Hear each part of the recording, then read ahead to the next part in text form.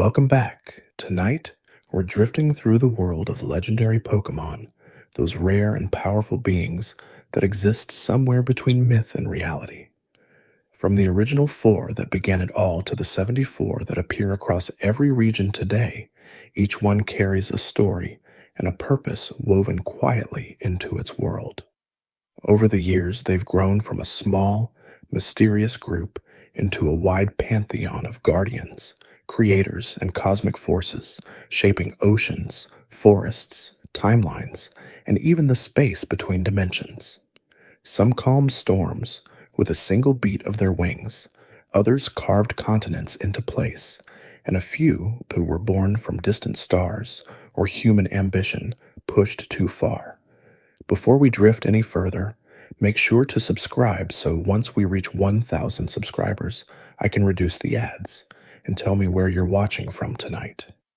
The legendary birds arrived first, tucked away in hidden corners of the Kanto region where only the most persistent trainers would venture to find them.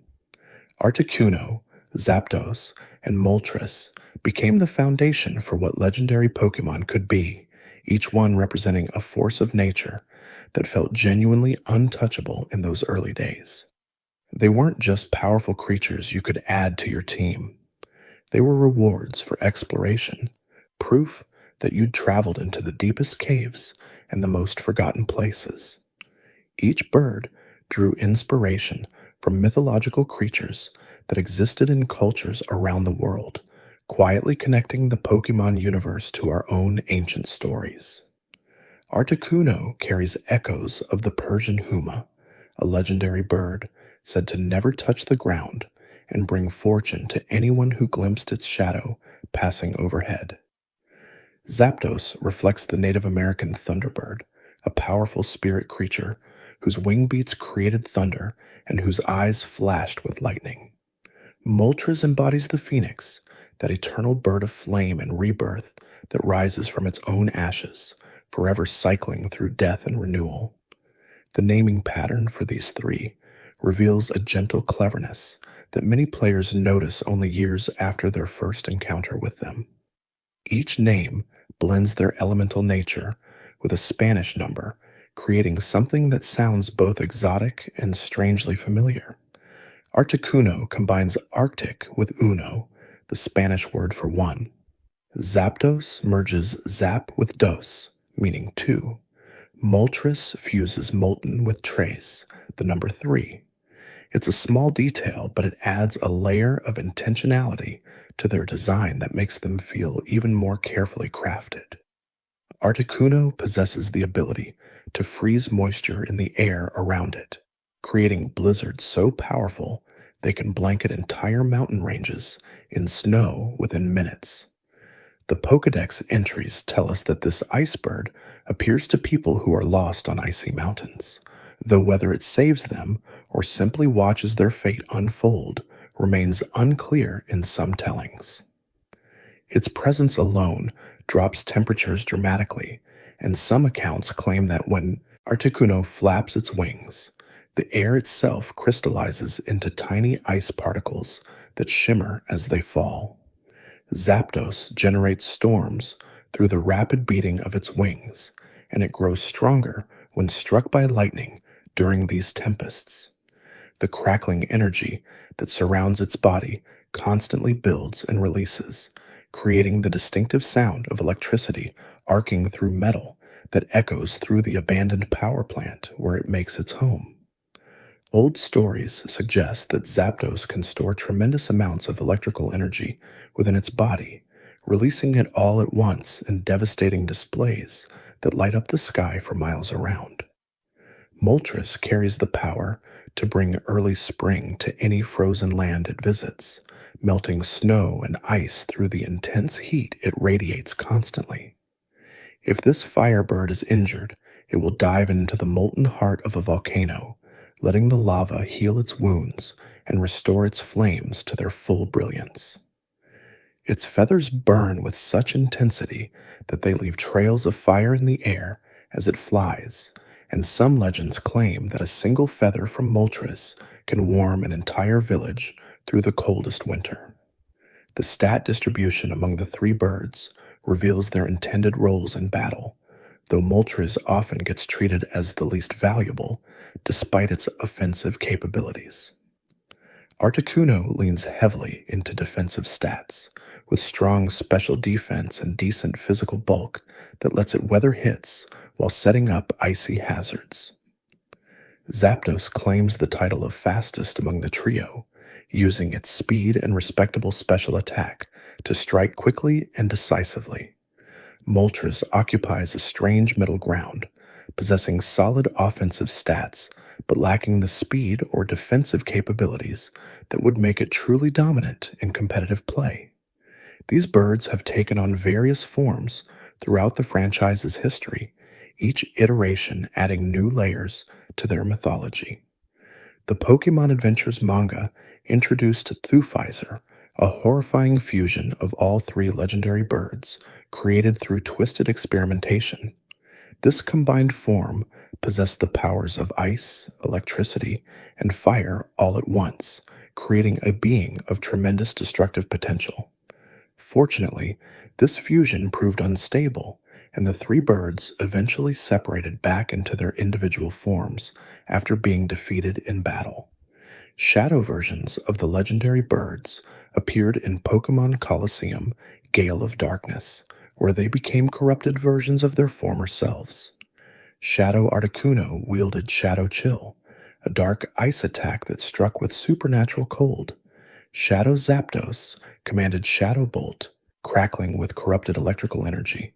Shadow Moltres burned with Shadow Fire, flames tainted by darkness itself. These shadow forms represented what happens when legendary power falls into the wrong hands and becomes twisted into something unnatural. The Galar region introduced something entirely unexpected when it revealed regional variants of the legendary birds, marking the first time any legendary Pokémon had received this treatment. Galarian Articuno, Zapdos, and Moltres bear only superficial resemblance to their Cantonian counterparts, each one possessing completely different typings and stat distributions that change how they function in battle. This creative decision suggested that perhaps what we call legendary birds might actually be different species entirely, connected only by name and general appearance. Galarian Articuno abandoned ice typing entirely to become a psychic and flying type, transforming into a special attacker rather than a defensive wall. Its design incorporates elements of a masquerade mask, giving it an elegant and mysterious appearance that fits its new psychic nature. This variant can create blades of pure psychic energy shaped like feathers, sharp enough to cut through solid iron as if it were paper. Its signature move, Freezing Glare, can completely immobilize opponents caught in its icy psychic stare, leaving them unable to move or defend themselves.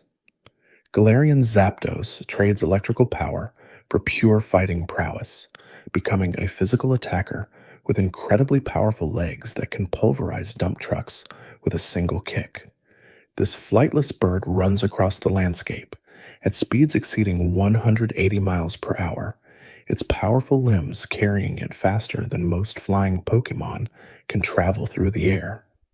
The design draws inspiration from Kiwis and Roadrunners, creating a unique aesthetic rarely seen in the Pokémon series. Its fighting typing makes it a genuine threat in close combat, where its overwhelming strength can overwhelm even the sturdiest opponents. Galarian Moltres embraced darkness, becoming a dark and flying type with a focus on special defense rather than offense.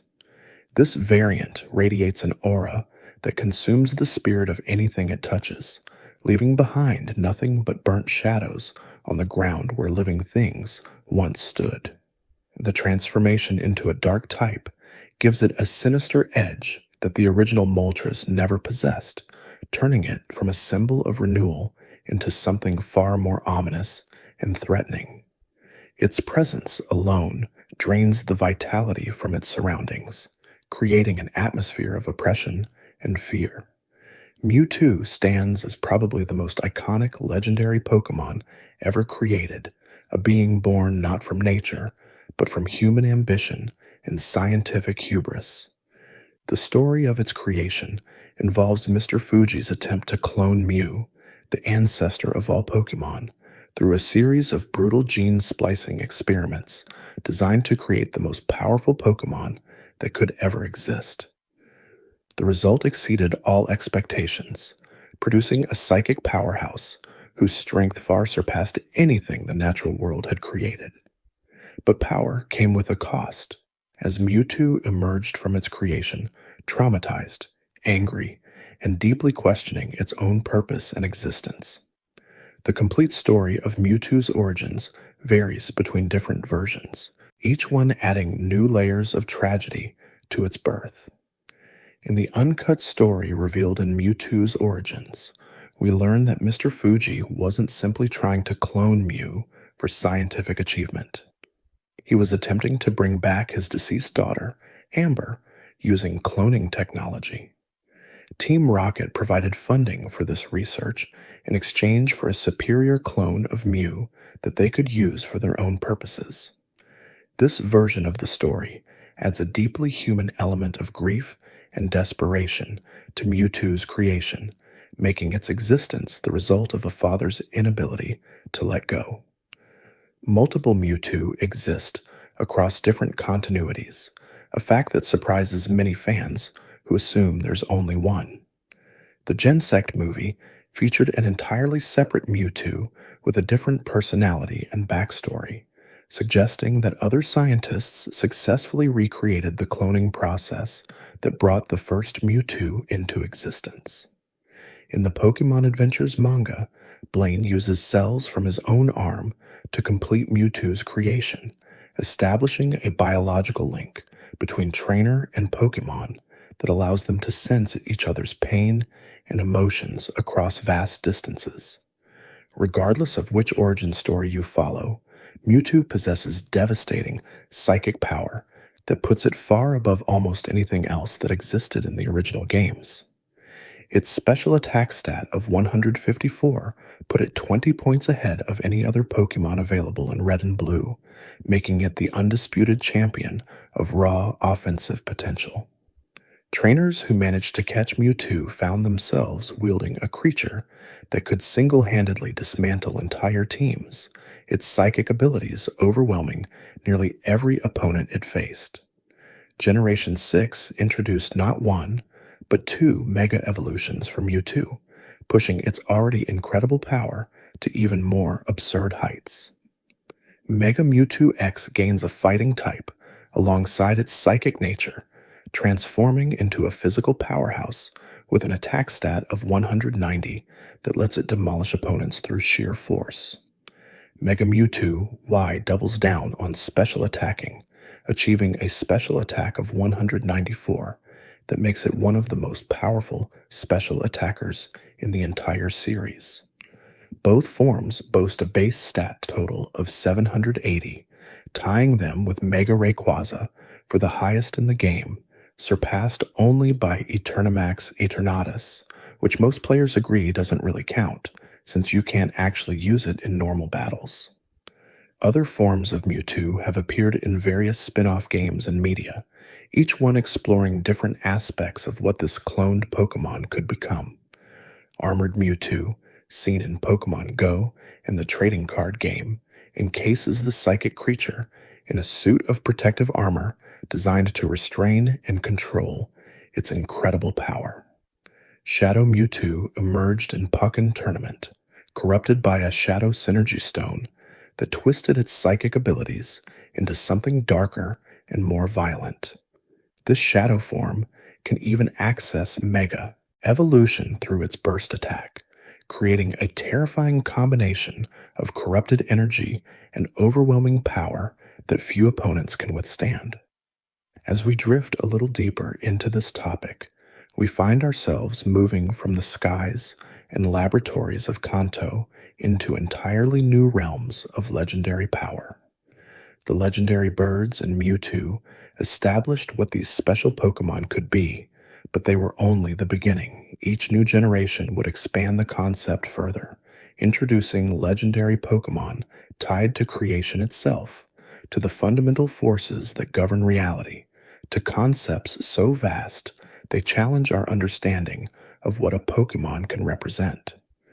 Generation 2 introduced the legendary beasts, 3 Pokémon resurrected by Ho-Oh after they perished in the burning of Brass Tower in Ecruteak City. Raikou, Entei, and Suicune emerged from the ashes as entirely new beings, their original forms lost forever to the flames that consumed them. These 3 wander the Johto region endlessly, never staying in one place for long, always moving forward as if searching for something they can never quite find. Their constant motion reflects the restless energy of their rebirth, forever changed by the tragedy that created them.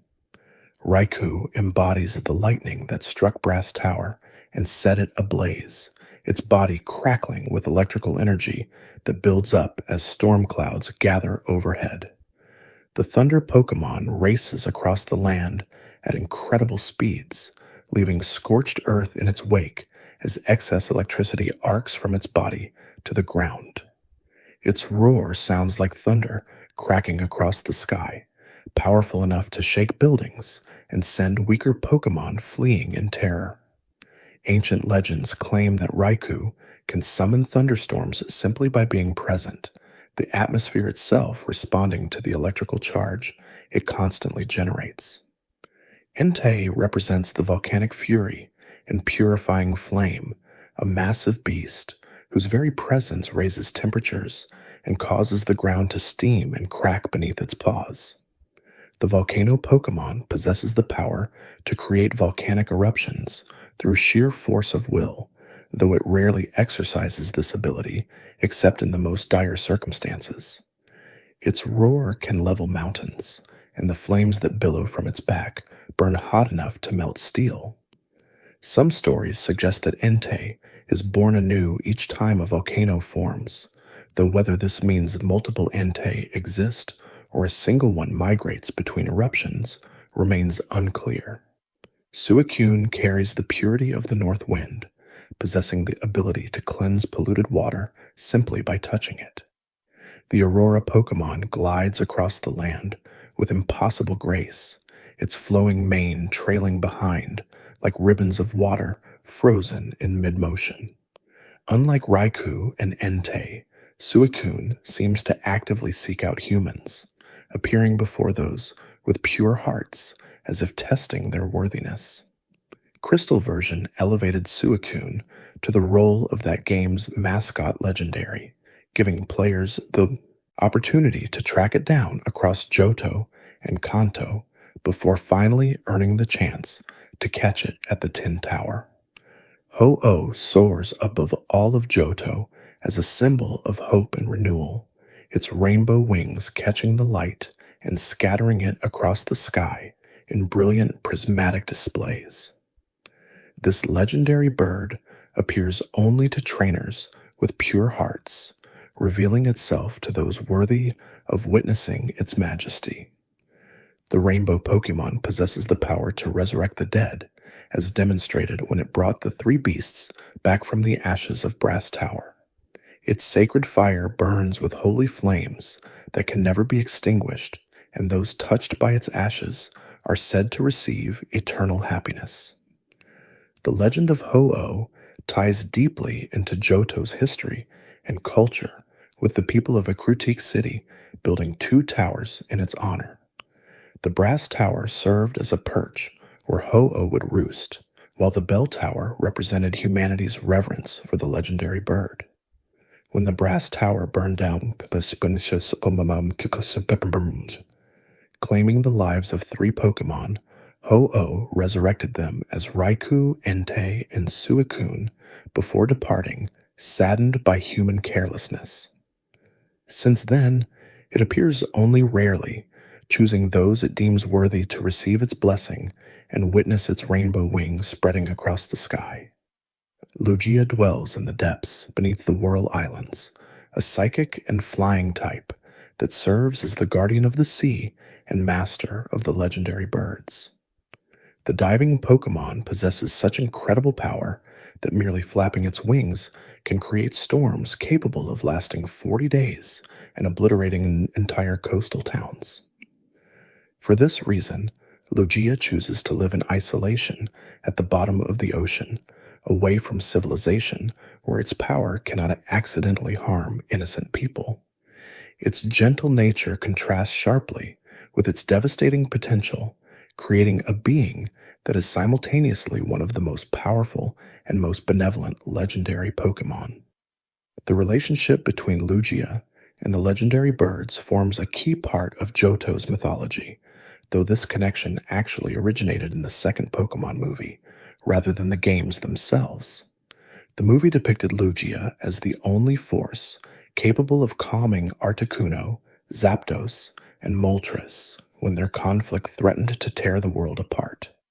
This guardian role eventually made its way into the games, establishing Lugia as a creature of balance that maintains harmony between opposing elemental forces. Its signature move, Aeroblast, fires compressed air with such force it can shatter mountains and create valleys where solid ground once stood. Celebi transcends time itself, traveling freely between past, present, and future through the forests it protects. This small grass and psychic type appears only in times of peace, using its ability to move through time to ensure that the forests it guards remain healthy across all eras. The time travel Pokemon brings vitality wherever it appears, causing flowers to bloom and plants to flourish simply through its presence. Ancient legends claim that forests where Celebi dwells will stand forever, protected across all timelines by this gentle guardian that refuses to let them fall to destruction. The myth of Celebi carries a bittersweet edge, as it's said to appear only during periods of peace, meaning its absence signals coming conflict. In times of war and strife, Celebi vanishes into the time stream, perhaps traveling to Eris, where its presence can do more good. This selective appearance makes encountering Celebi incredibly rare and special, a sign that the world has achieved the balance and harmony this legendary Pokemon requires before it will reveal itself. Its signature move, Heal Bell, cures all status conditions of its allies, reflecting its nature as a creature of restoration and renewal. If you're still awake halfway through, maybe subscribe before you drift off, and tell me what time it is where you're watching from. Generation 3 brought legendary Pokemon directly tied to the creation of the Hoenn region itself, massive beings whose ancient conflict literally shaped the land and sea. Groudon and Kyogre represent the fundamental opposition between earth and ocean, two primordial forces locked in eternal struggle. Their battles long ago created the geography of Hoenn, with Groudon raising continents from the sea, while Kyogre drowned them again in endless cycles. Only the intervention of Rayquaza, flying high above in the stratosphere, could bring their conflict to an end and allow the region to finally stabilize into its current form. Groudon embodies the land itself, a massive ground type whose body contains the heat and pressure of the Earth's core. The continent Pokemon possesses the power to create new landmasses by causing volcanic eruptions and raising the seafloor through tectonic shifts. Its signature ability, Drought, brings harsh sunlight that evaporates water and strengthens fire-type moves, reflecting its desire to expand the land at the ocean's expense. Ancient Hoenn texts describe Groudon as the creator of all dry land, sleeping in magma deep beneath the earth until the time comes for it to wake and reshape the world once more. Primal Reversion allows Groudon to access its original form from the ancient past, becoming even more powerful than its modern incarnation. Primal Groudon gains the fire type alongside its ground typing, and its new ability, Desolate Land, creates sunlight so intense that water-type moves evaporate before they can even reach their target. This transformation reveals what Groudon was like during its prime, when it actively battled Kyogre for control of the planet.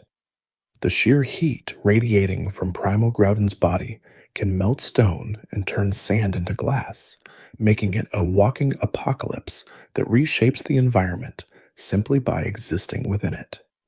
Kyogre rules the oceans as a massive water type whose power over precipitation and currents gives it dominion over all aquatic life.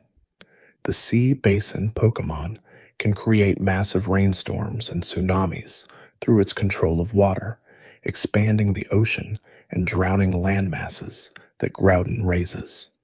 Its signature ability, Drizzle, brings endless rain that weakens fire types and empowers water moves, directly opposing Groudon's harsh sunlight.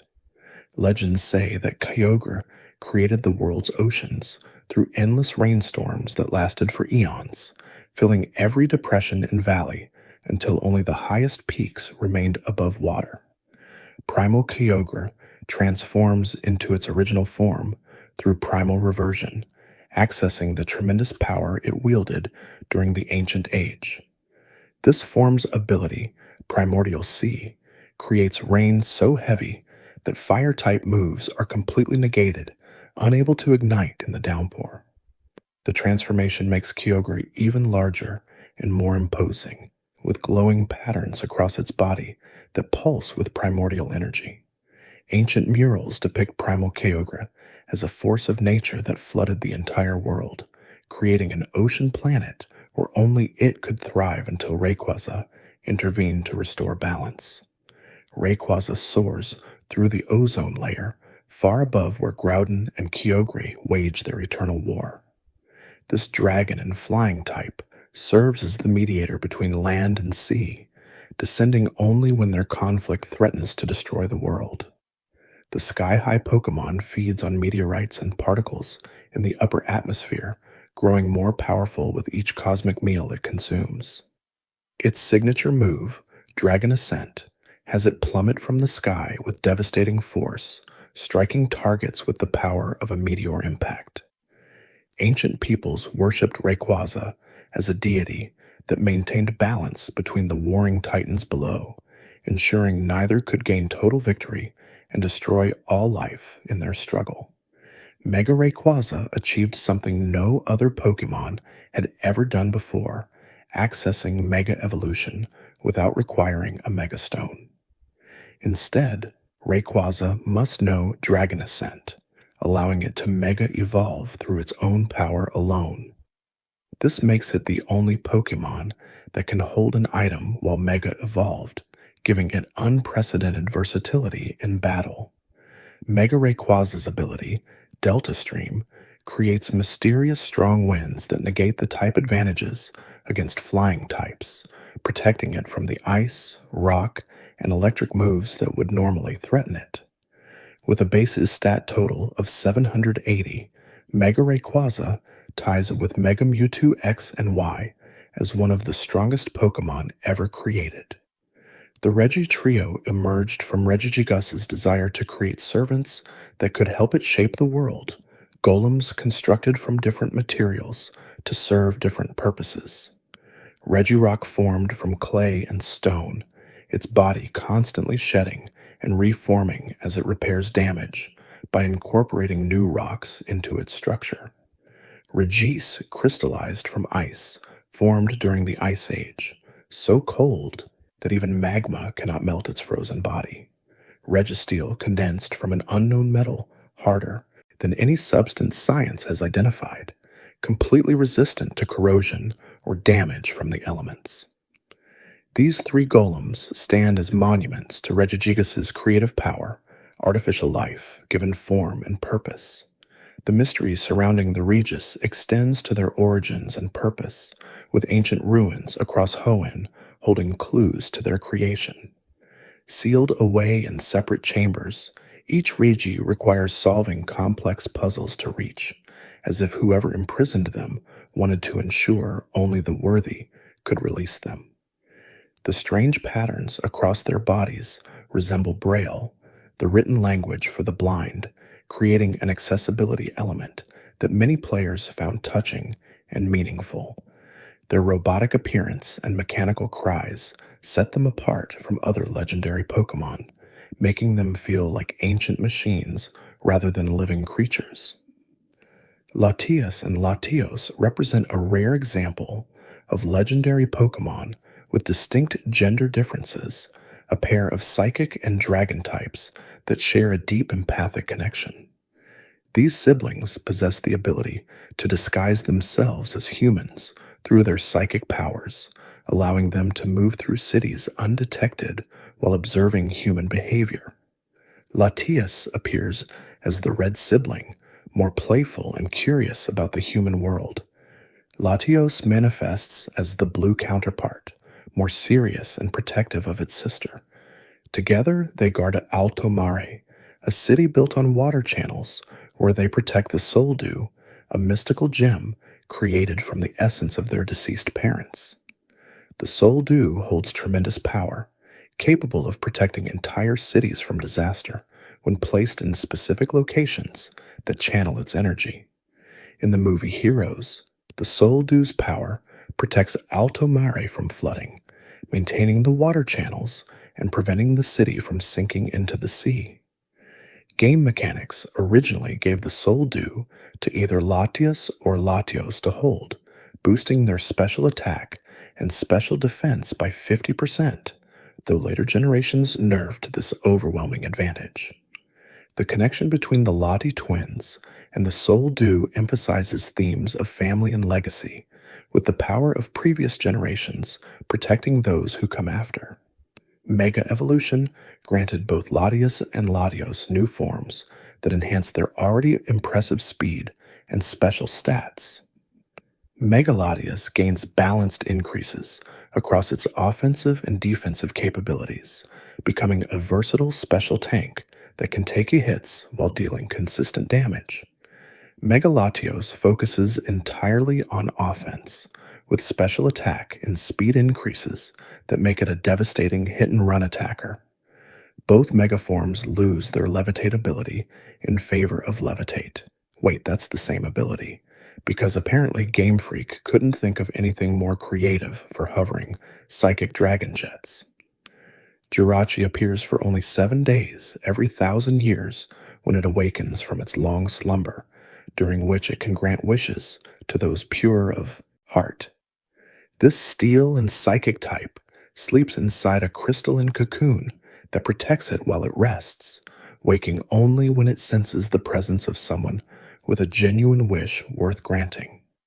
The Wish Pokémon possesses 3 tags on its head that absorb the energy of wishes, channeling them through Jirachi's body to make them reality. Its signature move, Doom Desire, gathers steel energy over 2 turns before unleashing it in a devastating delayed attack, reflecting how wishes often take time to manifest.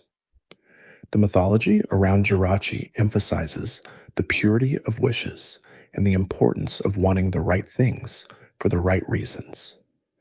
Corrupt or selfish wishes become twisted in the granting, teaching those who try to abuse Jirachi's power that true wishes must come from genuine need and good intentions. The 7-day limitation prevents anyone from hoarding Jirachi or forcing it to grant endless wishes, ensuring its power remains rare and special.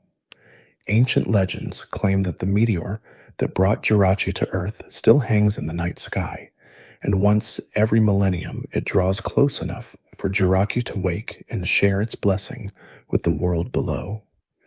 Deoxys originated from a space virus that mutated after exposure to a laser beam, transforming it into a powerful psychic type with the ability to change its form at will.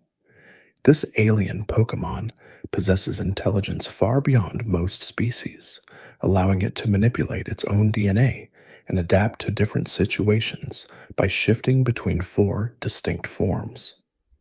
Normal form balances its stats evenly, making it versatile but not specialized.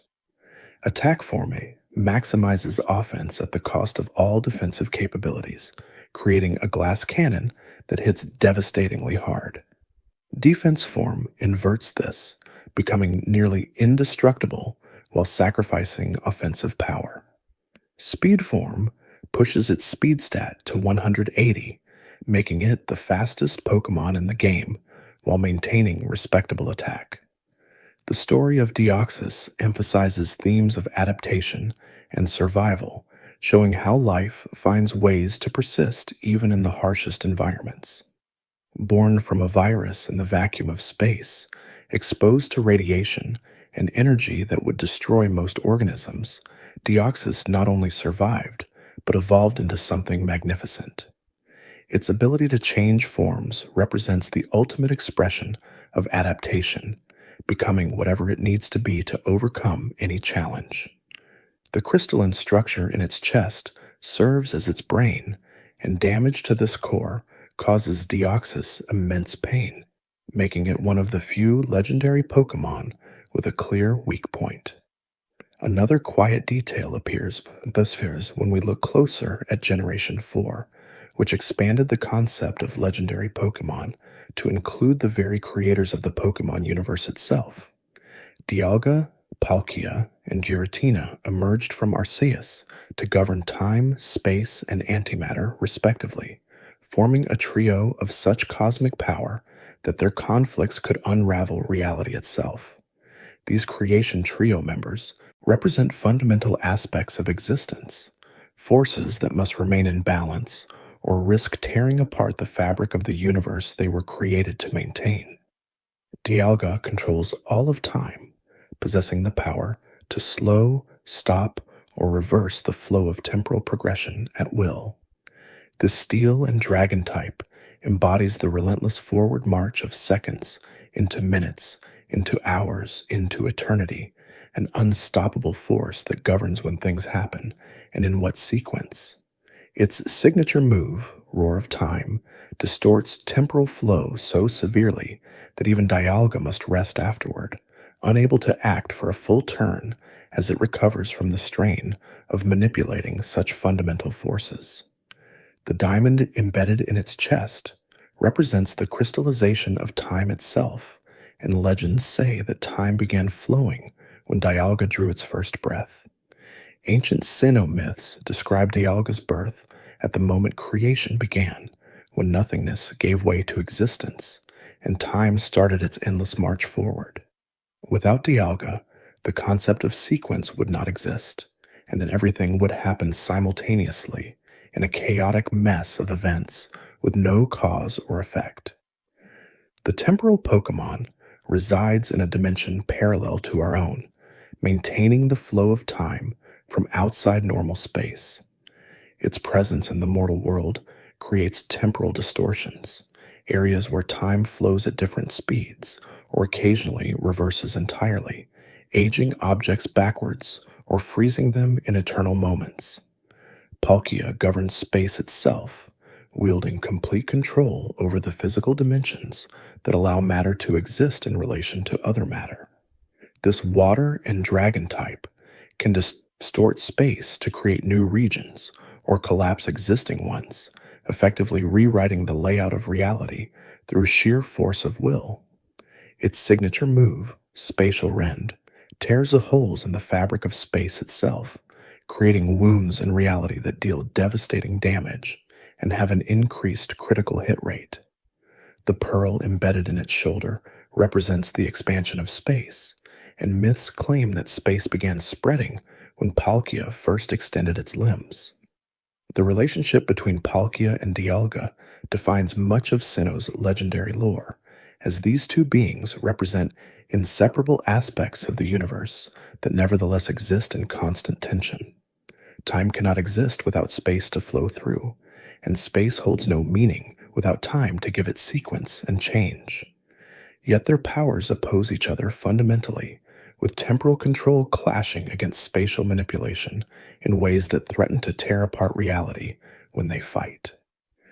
Ancient texts warn that should Dialga and Palkia ever battle seriously, their conflict would unravel creation itself, returning the universe to the primordial nothingness that existed before Arceus shaped it into being.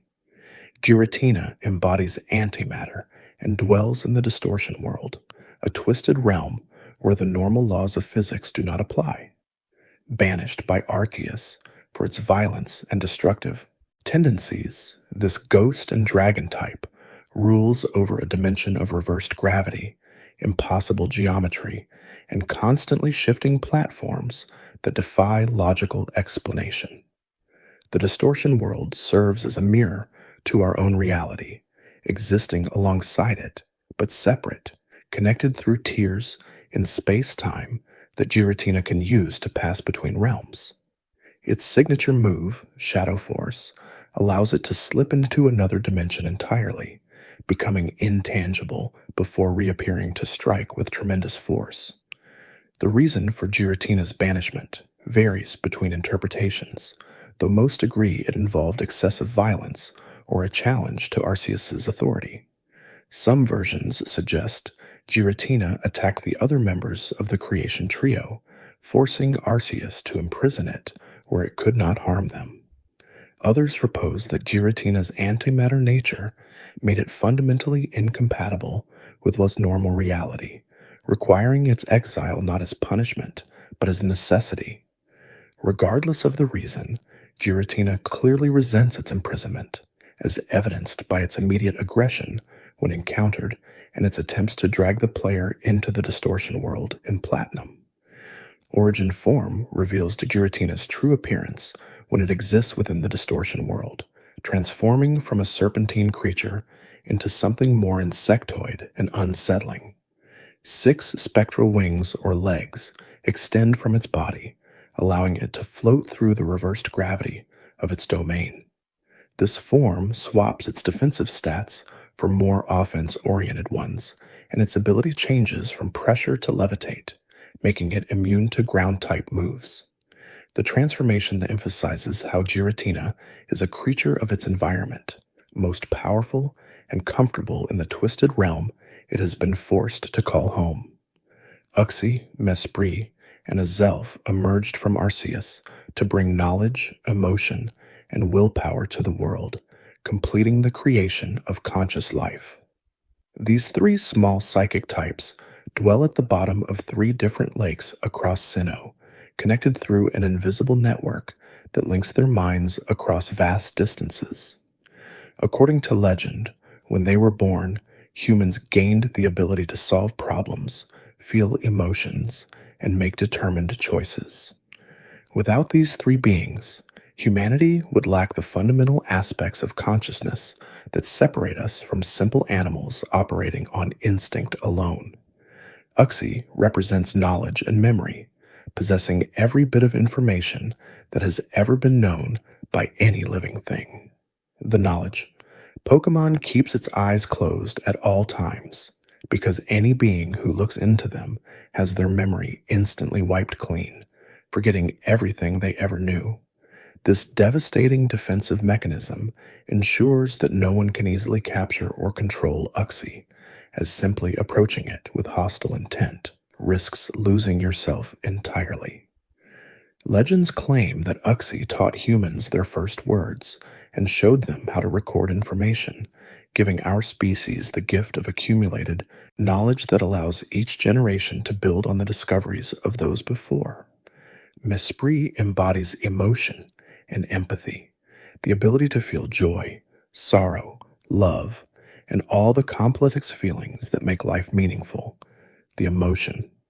Pokémon famously fled when first encountered in Diamond and Pearl, roaming across Sinnoh while the player pursued it with a mixture of luck and persistence.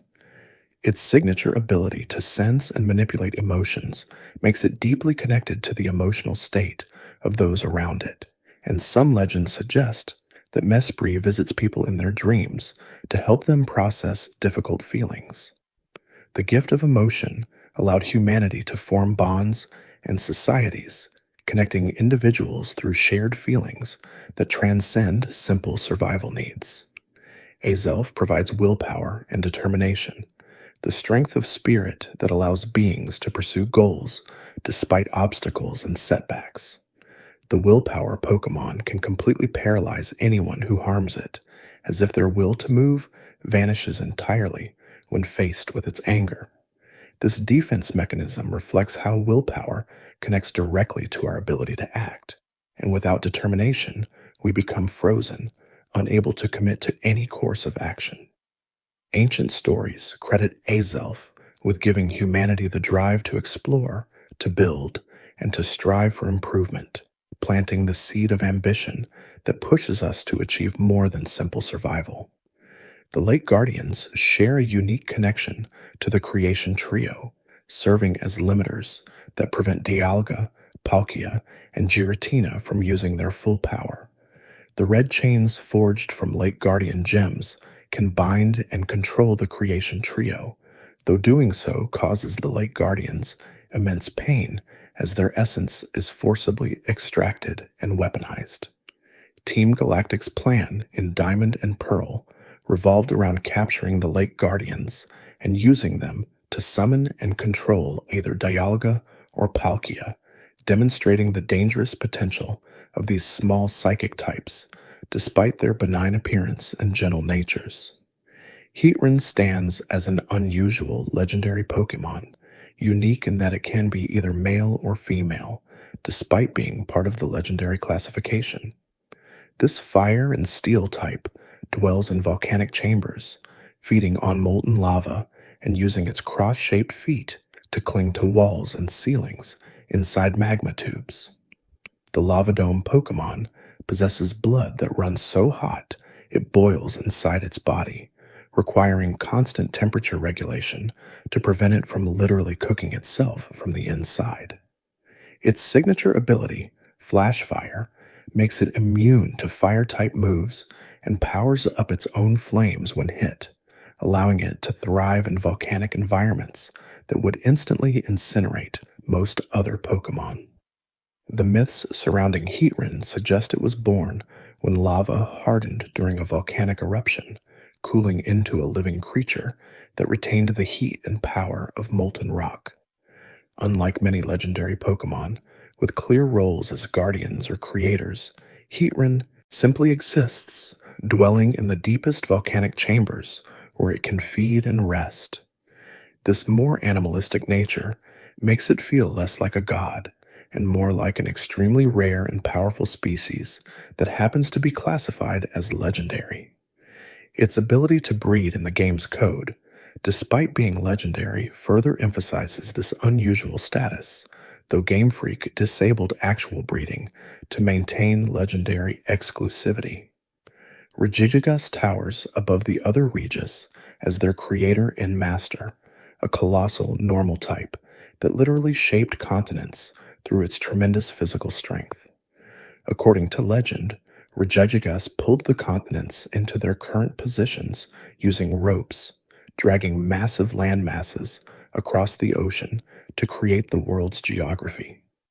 This incredible feat of strength left it exhausted, and now, when it wakes from slumber, it requires time to warm up before accessing its full power. The slow start ability reflects this mythological weakness, having Regigigas' attack and speed for the first 5 turns of battle, and making it nearly useless despite having the highest attack stat of any normal type.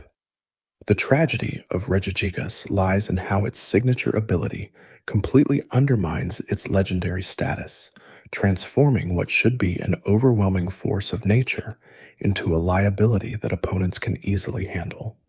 Despite base stats totaling 680, putting it on par with other legendary Pokemon, Slow Start ensures that by the time Regigigas reaches full power, the battle has often already been decided. This design choice has puzzled and frustrated players for years, as it seems unnecessarily cruel to create such a conceptually powerful Pokemon only to saddle it with a crippling ability that makes it nearly unusable in serious competitive play. The legend of how Regigigas created the Regi trio adds depth to their relationship, explaining why Regirock, Regice, and Registeel all share similar design elements and strange behavior patterns. After shaping the continents, Regigigas felt lonely in its task and created servants to help with the remaining work. From clay and stone it formed Regirock to help build mountains. From ancient ice it crystallized Regiti to freeze water and create glaciers. From an unknown metal it condensed Registeel to reinforce the Earth's crust. These three golems worked alongside their creator until the task was complete, at which point all four entered a long sleep, waiting to be awakened when the world needed reshaping once again. Cresselia brings peaceful dreams to those suffering from nightmares, a psychic type that embodies the gentle rest everyone deserves at the end of a long day. The lunar Pokémon drifts on lunar wings that trail particles of glowing light, leaving a shimmering path across the night sky as it travels. Its signature move, Lunar Dance, sacrifices Cresselia's remaining health to fully heal and restore an ally Pokémon, reflecting the selfless nature of this gentle legendary. Ancient myths describe Cresselia as the bringer of good dreams, appearing in the night to soothe troubled minds and replace nightmares with peaceful visions of happiness and hope. The relationship between Cresselia and Darkrai forms one of Pokemon's clearest examples of opposing forces, light and dark, good dreams and nightmares. While Cresselia heals and comforts, Darkrai inflicts endless nightmares on anyone who approaches it. Yet this opposition isn't truly adversarial, as Darkrai cannot control its nightmare-inducing ability and isolates itself specifically to avoid harming others. The two exist in balance, necessary counterparts that give meaning to each other's existence. Without nightmares, peaceful dreams would hold no special value, and without the possibility of good dreams, nightmares would become unbearable. Darkrai forces anyone near it into a deep sleep filled with endless nightmares, a dark type that cannot control this terrible ability and chooses self-imposed exile rather than harm innocent beings. The pitch-black Pokémon lurks on New Moon Island, hiding from civilization where its presence cannot accidentally torment people or Pokémon.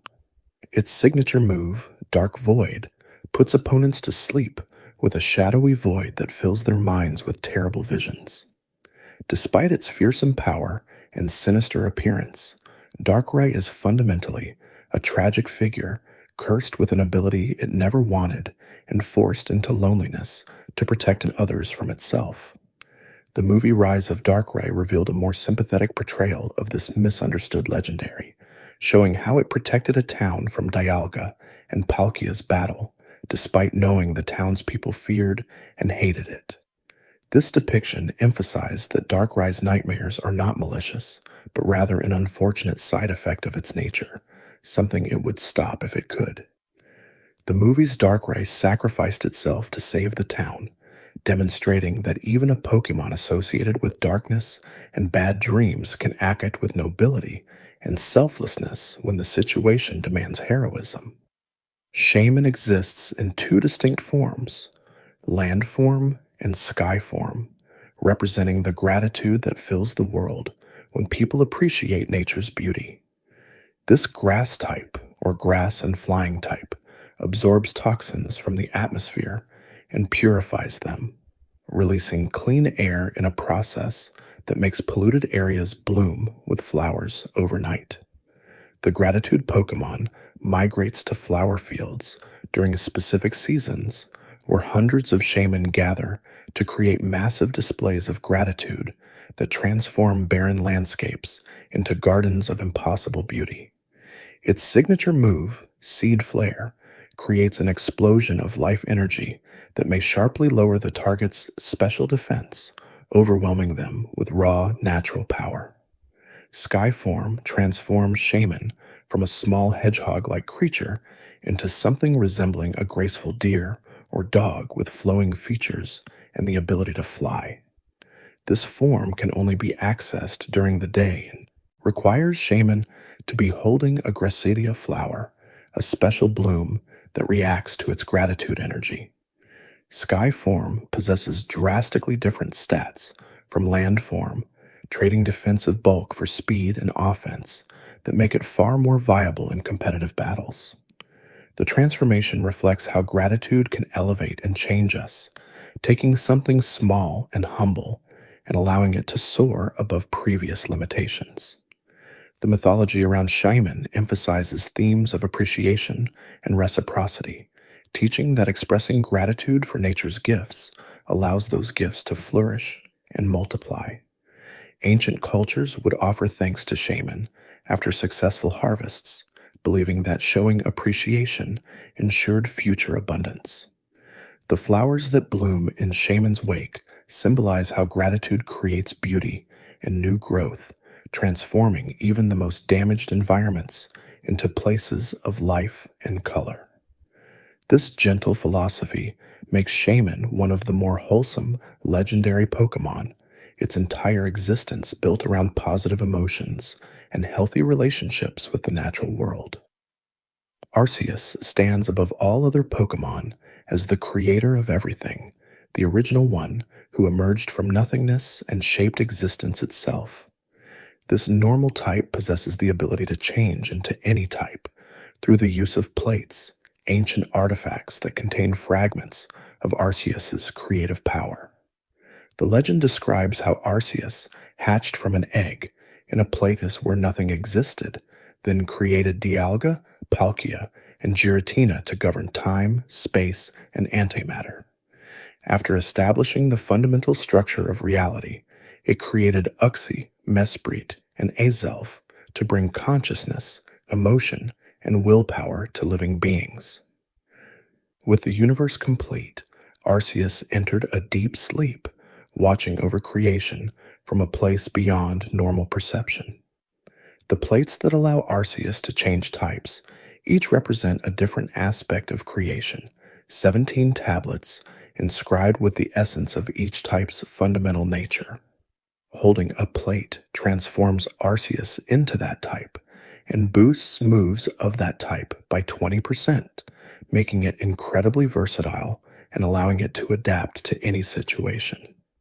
This type-changing ability reflects Arceus's status as the source of all types, containing within itself the potential for every form of energy and matter that exists in the Pokémon world. Ancient texts claim that the plates fell from Arceus's body as it created the universe, each one a shard of divine power that mortals can barely comprehend. The signature move.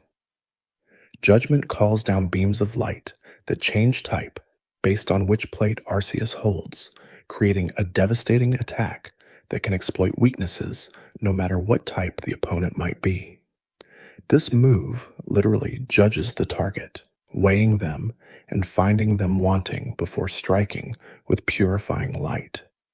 Combined with Arceus's solid base stats of 120 across the board, totaling 720 overall, Judgment makes Arceus one of the most flexible and powerful Pokémon in existence. Its multi-type ability prevents other Pokémon from changing or removing Arceus's type, ensuring that once it commits to a form, nothing can force it to change until it chooses to do so. Mythological accounts describe Arceus as a generally benevolent deity that cares for its creation, though it can become wrathful when humans act with cruelty or disrespect toward nature. The movie Arceus and the Jewel of Life portrayed a betrayal that soured Arceus's view of humanity, showing how even a god can be hurt by treachery and broken promises. This more complex characterization makes Arceus feel less like an all-powerful force and more like a being with emotions and the capacity for both forgiveness and vengeance. The conflict between its divine nature and its emotional responses creates interesting tension in how Arceus engages with the world it created. As we drift a little deeper into this topic, we arrive at Generation 5, which introduced legendary Pokémon representing ideals and truth, concepts rather than physical forces. Reshiram and Zekrom embody these opposing philosophies, massive dragon types that once formed a single being before splitting apart due to the conflict between twin heroes. Their designs reflect their philosophical natures, with Reshiram appearing as a white dragon wreathed in flames representing the passion of ideals, while Zekrom manifests as a black dragon crackling with electricity representing the certainty of truth. Reshiram pursues truth through the lens of ideals, believing that what should be matters as much as what is. This dragon and fire type will incinerate anyone who tries to build a world based on lies, using its blue flames to burn away falsehood and leave only authentic ideals. Its signature move, Blue Flare, releases flames so intense they can reduce entire cities to ash, though Reshiram uses this devastating power only against those who have strayed from their true ideals. Ancient Unova legends describe Reshiram appearing to heroes who fight for noble causes, lending its power to those whose ideals align with justice and truth. The legend of how Reshiram and Zekrom separated tells of twin heroes who founded Unova together, working in perfect harmony until their philosophical differences became irreconcilable. One hero valued ideals and the pursuit of how things should be, while the other valued truth and acceptance of how things actually are. Their arguments split the single dragon that served them into two beings, each one embodying the philosophy of its chosen hero. Reshiram followed the hero of ideals, while Zekrom accompanied the hero of truth, and the two dragons battled across Unova until both heroes realized that neither ideal nor truth alone could create a perfect world. Zekrom champions truth and reality, accepting the world as it exists rather than chasing impossible ideals. This dragon and electric type will destroy anyone who tries to build a world on ideals without acknowledging harsh truths, using its electrical power to shatter false hope and reveal reality. Its signature move, Bolt Strike, strikes with the force of lightning, powerful enough to level mountains, demonstrating the devastating power of truth when it crashes through carefully constructed illusions. Legends say Zekrom appears to those who seek to change the world through force and determination, offering its power to heroes who accept reality's harshness and work within it rather than denying it. The relationship between Reshiram and Zekrom isn't truly adversarial, despite their opposing natures, as both recognize that ideals and truth must coexist for the world to function properly. Pure idealism without truth becomes fantasy and delusion, while pure truth without ideals becomes cynicism and stagnation. The two dragons represent necessary balance, and the games encourage players to recognize that both philosophies have value.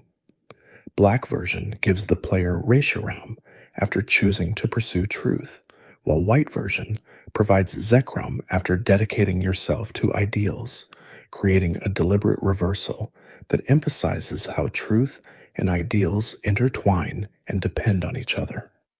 Kyurem represents what remained after Reshiram and Zekrom split apart, an incomplete dragon and ice type that seeks to reunite with its missing parts. The boundary Pokémon leaks cold energy constantly because its internal fire has been extinguished, creating a frozen wasteland around its lair in the giant chasm. Its body appears damaged and incomplete, with icy protrusions growing from wounds that never healed after the separation. Ancient texts describe Kyurem as the empty husk left behind when ideals and truth went their separate ways, suggesting that without both philosophies working together, only emptiness remains. Black Kyurem and White Kyurem represent partial reunification with Zekrom or Reshiram respectively, using the DNA splicers to forcibly merge Kyurem with one of its missing pieces. These fusion forms possess incredible power, combining Kyurem's ice with either Zekrom's electricity or Reshiram's flames to create devastating dual-type attacks. Black Kyurem gains Freeze Shock, charging electrical energy before releasing it in a blast that may paralyze the target. White Kohurum wields Ice Burn, wrapping flames in ice before unleashing them in an attack that may burn opponents.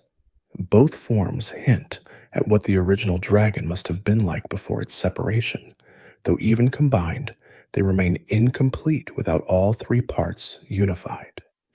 The legend speaks of an original dragon that may one day reunite, combining Kyurem, Reshiram, and Zekrom into a single being of unimaginable power.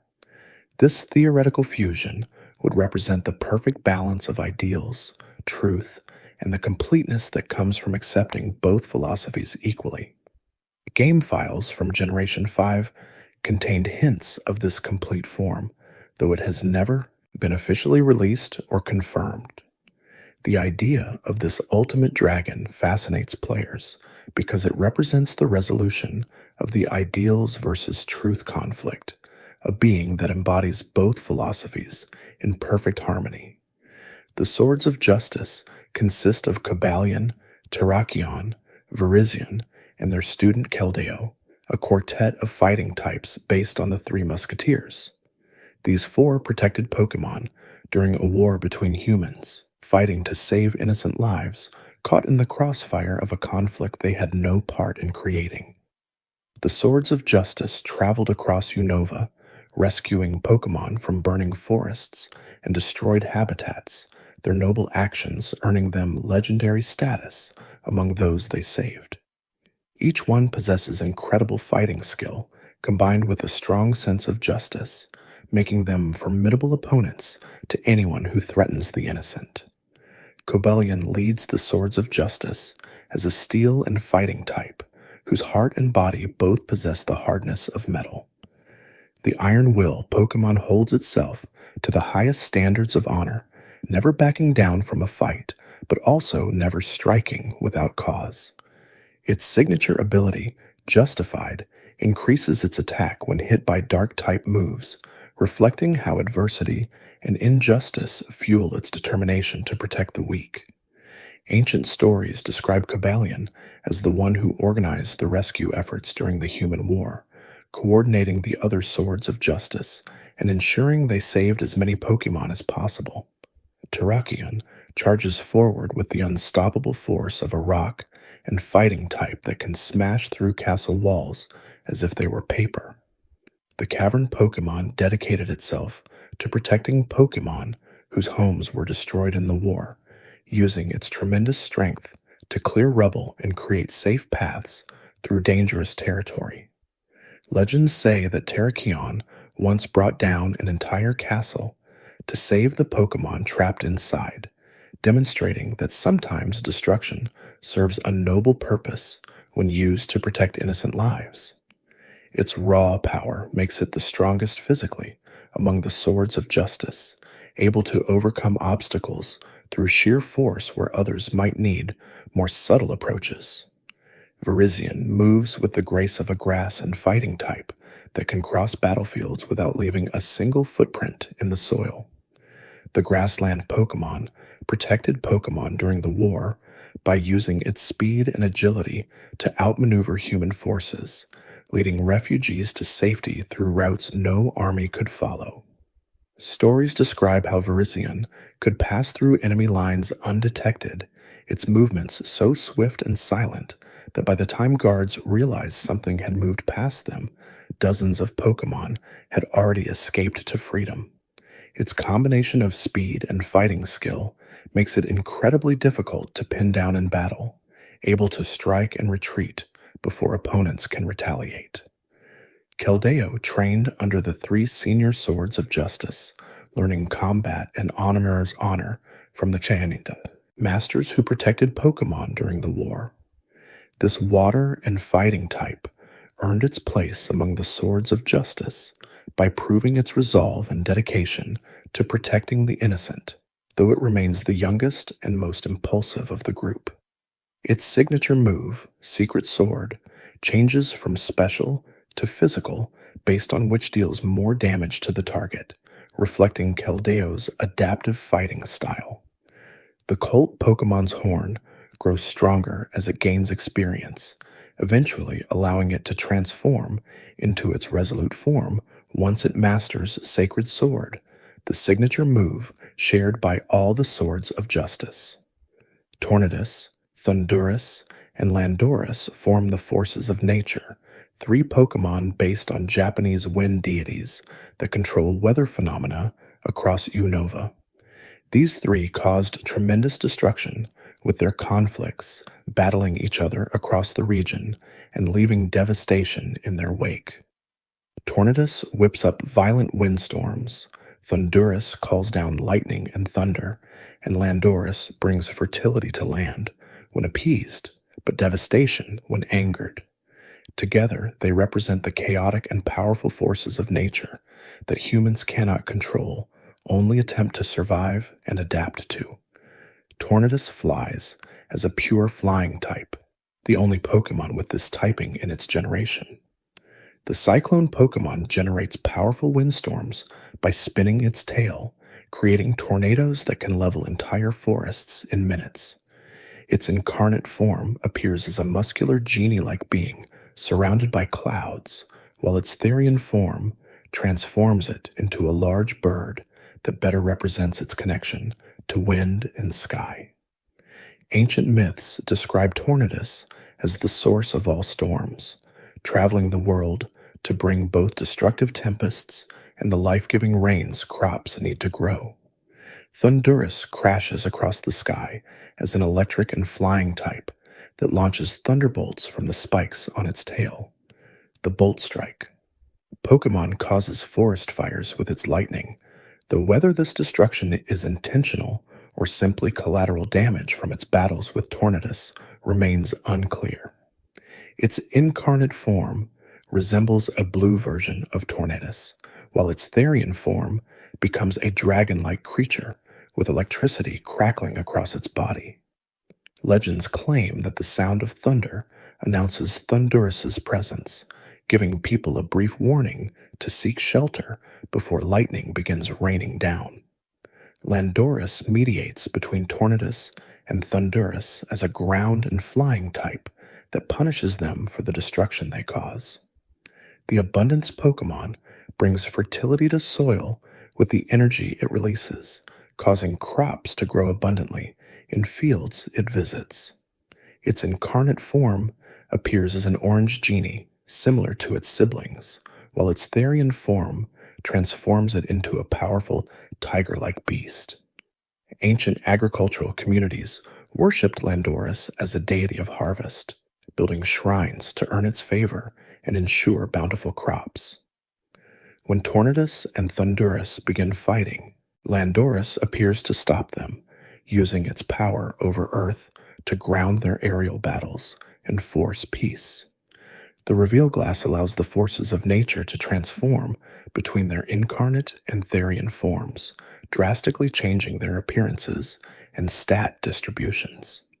Therian form generally proves more useful in competitive play, with better stat arrangements that emphasize their strengths. The existence of these two forms suggests that the forces of nature may not be showing their true appearances in incarnate form, instead adopting humanoid shapes to interact with humans more easily. Therian form might represent their actual nature, primal forces given physical shape. Meloetta shifts between two forms based on whether it's singing or dancing, a normal and psychic type that becomes normal and fighting type when performing. The Melody Pokemon's song can control the emotions of anyone who hears it, making people feel joy, sorrow, anger, or any emotion Meloetta chooses to evoke. Its signature move, Relic Song, changes Meloetta between aria form and pirouette form while damaging opponents and possibly putting them to sleep. Ancient civilizations composed songs specifically to please Meloetta, hoping to earn its blessing and the emotional harmony its music provides. Ariaforme focuses on special attack and special defense, making Meloetta a bulky special attacker that can take hits while dealing consistent damage. Its singing echoes with psychic energy, manipulating minds and hearts through melodies that bypass rational thought to strike directly at emotions. This form appears delicate and elegant, with flowing hair that resembles musical notation and a dress-like lower body that emphasizes its feminine design. The songs it sings in this form can calm violent storms and soothe savage beasts, demonstrating music's power to bring peace and understanding. Pirouette form transforms Meloetta into a physical attacker with significantly higher attack and speed, making it better suited for quick, powerful strikes. Its dancing channels fighting energy through graceful movements, each step and spin carrying enough force to shatter boulders. This form appears more active and dynamic, with its hair forming a ponytail and its lower body dividing into legs ready for combat. The dances it performs can inspire warriors to greater heights of courage and skill, though the same movements used offensively become devastating martial arts techniques that few opponents can withstand. Genesect represents the ultimate fusion of ancient power and modern technology, a bug and steel type created when Team Plasma found a fossil of an ancient Pokémon and enhanced it with cybernetic modifications. The Paleozoic Pokémon existed 300 million years ago as a powerful hunter, the most feared predator of its era. Team Plasma resurrected this creature and attached a cannon to its back, transforming it into a weapon capable of firing different types of energy, depending on which drive cassette it holds. This horrifying combination of prehistoric predator and modern warfare technology makes Genesect a being that should not exist, caught between two eras and truly belonging to neither. The morality of Genesect's creation raises disturbing questions about science's responsibility when resurrecting and modifying extinct species. Team Plasma didn't simply bring back an ancient Pokémon, they fundamentally altered its nature by adding weapons and technology it never evolved to possess. The result is a creature torn between its natural instincts as a hunter and its programming as a weapon, unable to fully embrace either identity. This internal conflict makes Genesect tragic despite its power, a victim of scientific hubris that cared more about what it could create than whether it should. The Technoblast move fires energy from the cannon attached to Genesect's back, changing type based on which drive is loaded into its systems. The shock drive makes it electric, the burn drive converts it to fire, the chill drive transforms it to ice, and the douse drive shifts it to water. This versatility makes Genesect incredibly dangerous, able to adapt its offense to exploit weaknesses in any opponent. The fact that such power came from human modification rather than natural evolution emphasizes the dangerous potential of technology used without ethical constraints. Generation 6 introduced legendary Pokémon tied to life and death, massive beings that represent the fundamental cycle all living things must eventually face. Xerneas and Yveltal embody these opposing forces, a fairy type that gives life and a dark and flying type that takes it away. Their eternal conflict maintains balance in the Kalos region, with neither able to permanently overcome the other. When one grows too powerful, the other awakens to restore equilibrium, ensuring that neither endless life nor total death can dominate the world. Xerneas radiates life energy from its enormous antlers, bringing vitality and growth to everything within range. The life Pokémon can grant immortality to living beings, though whether this blessing or curse depends entirely on perspective and circumstance. Its signature move, Geomancy, charges up power over one turn before drastically boosting special attack, special defense, and speed, allowing Xerneas to become a devastating sweeper. When Xerneas sleeps, it transforms into a tree and enters a dormant state that can last for centuries, waiting until life needs defending before awakening once more. The legend of Xerneas describes how it appears at the end of wars, using its power to heal the wounded and restore devastated lands to their former beauty. This connection to post-conflict recovery makes Xerneas a symbol of hope and renewal, proof that even the most terrible destruction can eventually give way to new growth. The 8 horns on its antlers glow with different colors representing the 8 types it can use geomancy to boost itself with, emphasizing its connection to the rainbow and the full spectrum of life's possibilities. Yveltal drains life force from everything around it when its life reaches its end, absorbing the vitality of plants, animals, and even the earth itself. The destruction. Pokémon transforms into a cocoon after stealing all available life energy, entering a sleep that lasts until enough life has regenerated for it to feed again. Its signature move, Oblivion Wing, drains health from targets to heal Yveltal, reflecting its vampiric nature. Ancient Kalos myths describe Yveltal's awakening as a catastrophic event that turns forests into deserts and empties entire regions of life, leaving only barren wastelands where thriving ecosystems once flourished. The balance between Xerneas and Yveltal prevents either life or death from overwhelming the world, creating a cycle that allows existence to continue. Too much life without death would lead to overpopulation, resource depletion, and eventual collapse. Too much death without new life would create a sterile universe where nothing could ever grow or change. Their opposing natures serve a necessary purpose, and both are equally essential to maintaining the world's balance. This philosophical depth makes them more than simple good and evil representations, instead presenting them as 2 halves of a complete whole. Zygarde monitors the ecosystem as a dragon and ground type that exists in multiple forms, ranging from a single cell to a complete kaiju-like giant. The Order Pokémon consists of many separate cells and cores that can combine into different configurations depending on how much power the current situation requires. 10% form appears as a small dog-like creature with a fraction of Zygarde's full power. 50% form manifests as a serpent representing half of Zygarde's available cells.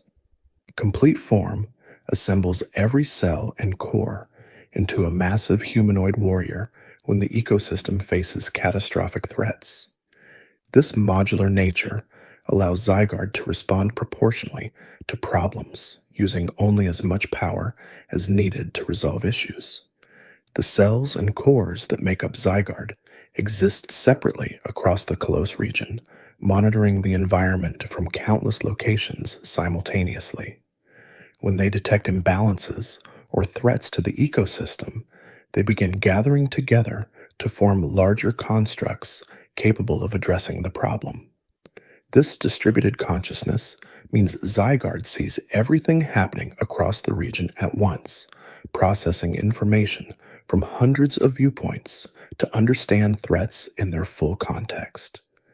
The ability to split apart and reform makes Zygarde nearly impossible to permanently defeat, as destroying one form simply causes the cells to scatter and eventually recombine. The signature move, Land's Wrath, calls upon the Earth itself to attack opponents, creating seismic shocks that devastate everything in range. Complete form gains core, Enforcer, an attack that suppresses opponents' abilities after they've acted that turn, effectively shutting down ability-dependent strategies. These moves emphasize Zygarde's role as a guardian of natural order, using the Earth's own power to eliminate threats and enforce balance. When Xerneas and Yveltal's conflict grows too extreme, Zygarde intervenes to stop them, ensuring their battle doesn't tear Kalos apart. Another quiet detail appears when we look closer at Generation 7, which introduced legendary Pokémon tied to the sun and moon, celestial bodies that govern day and night cycles. Solgaleo and Lunala embody these cosmic forces, massive beings that traveled to Alola from other dimensions through ultra wormholes. Their presence in Alola created new myths and legends, with the ancient people worshipping them as emissaries of the sun and moon, despite their true extra-dimensional origins. Solgaleo radiates light so intense it can turn night into day, a psychic and steel type that embodies the sun's majesty and power. The Sinnoh Pokémon absorbs light energy constantly, storing it within its body until it blazes like a living star. Its signature move, Sunsteel Strike, charges forward with the force and heat of a solar flare, ignoring abilities that would normally block or reduce the damage. Ancient Alolan texts describe Solgaleo as a messenger from another world, bringing the sun's blessing to a region that needed its light. The third eye on its forehead opens when using its full power, releasing stored solar energy in devastating displays. Lunala absorbs light instead of creating it, a psychic and ghost type that embodies the moon's mysterious and subtle nature. The moon Pokémon spreads its wings to create portals into other dimensions, using the darkness between worlds as doorways it can open at will. Its signature move, Moongeist Beam, fires spectral energy that ignores abilities, striking with the pale cold light of a full moon.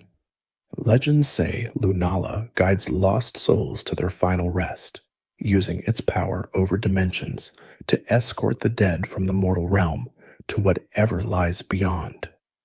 The crescent patterns across its wings glow with captured starlight, creating an effect like viewing the night sky through its translucent membranes. The relationship between Solgaleo and Lunala reflects not opposition, but complementary cycles, day and night working together to create the passage of time.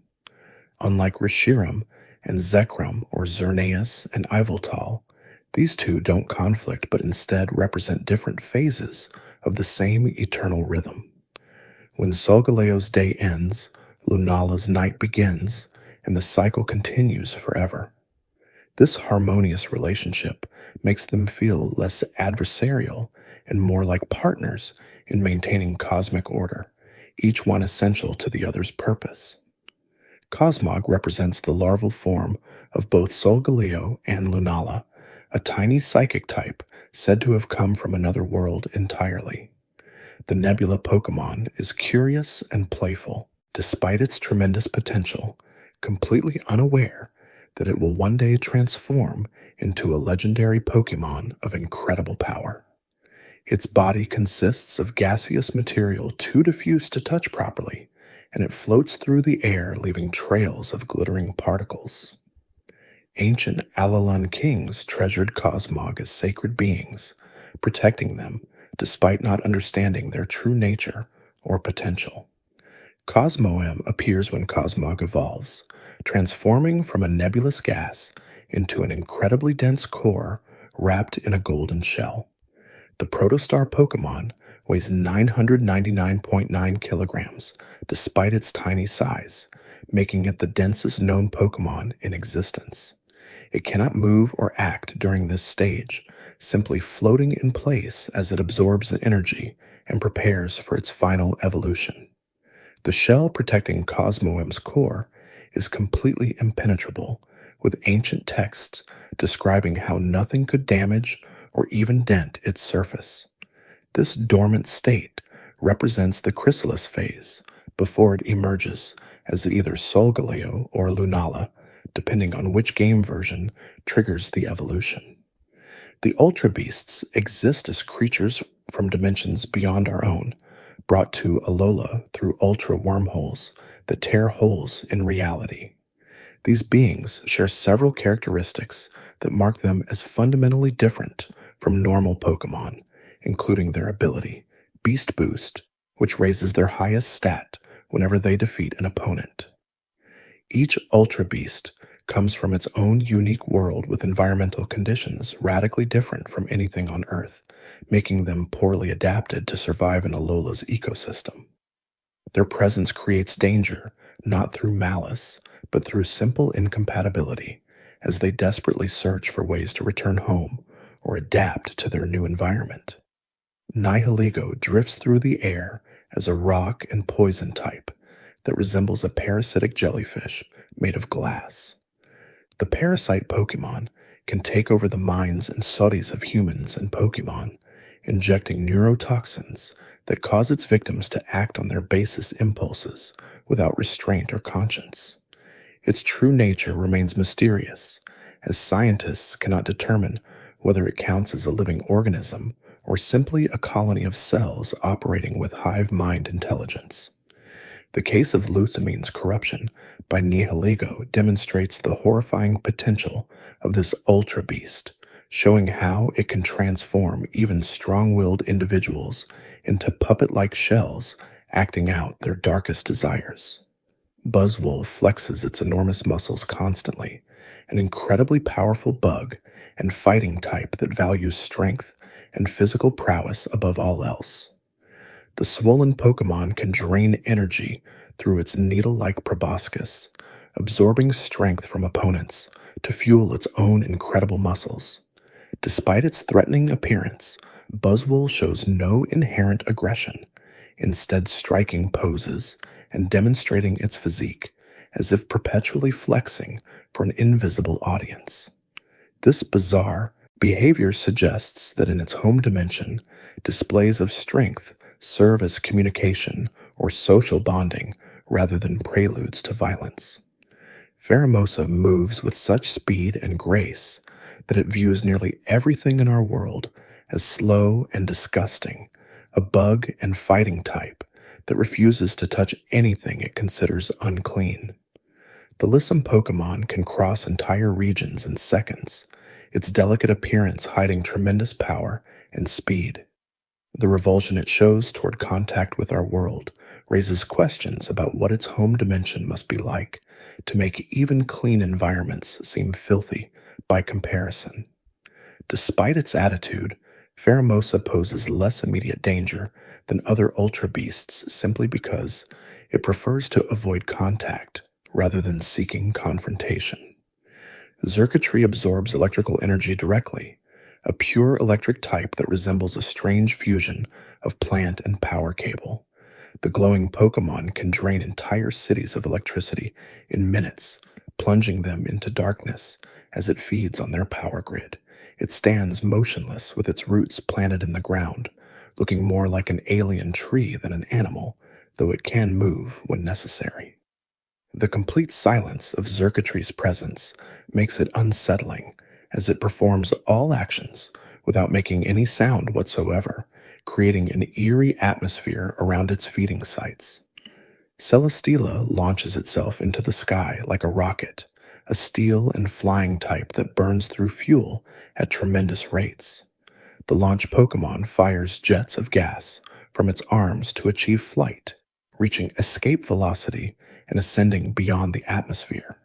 Ancient text from its dimension might have recorded it as a visitor from the stars, though whether it evolved to travel between worlds naturally or was engineered for that purpose remains unknown.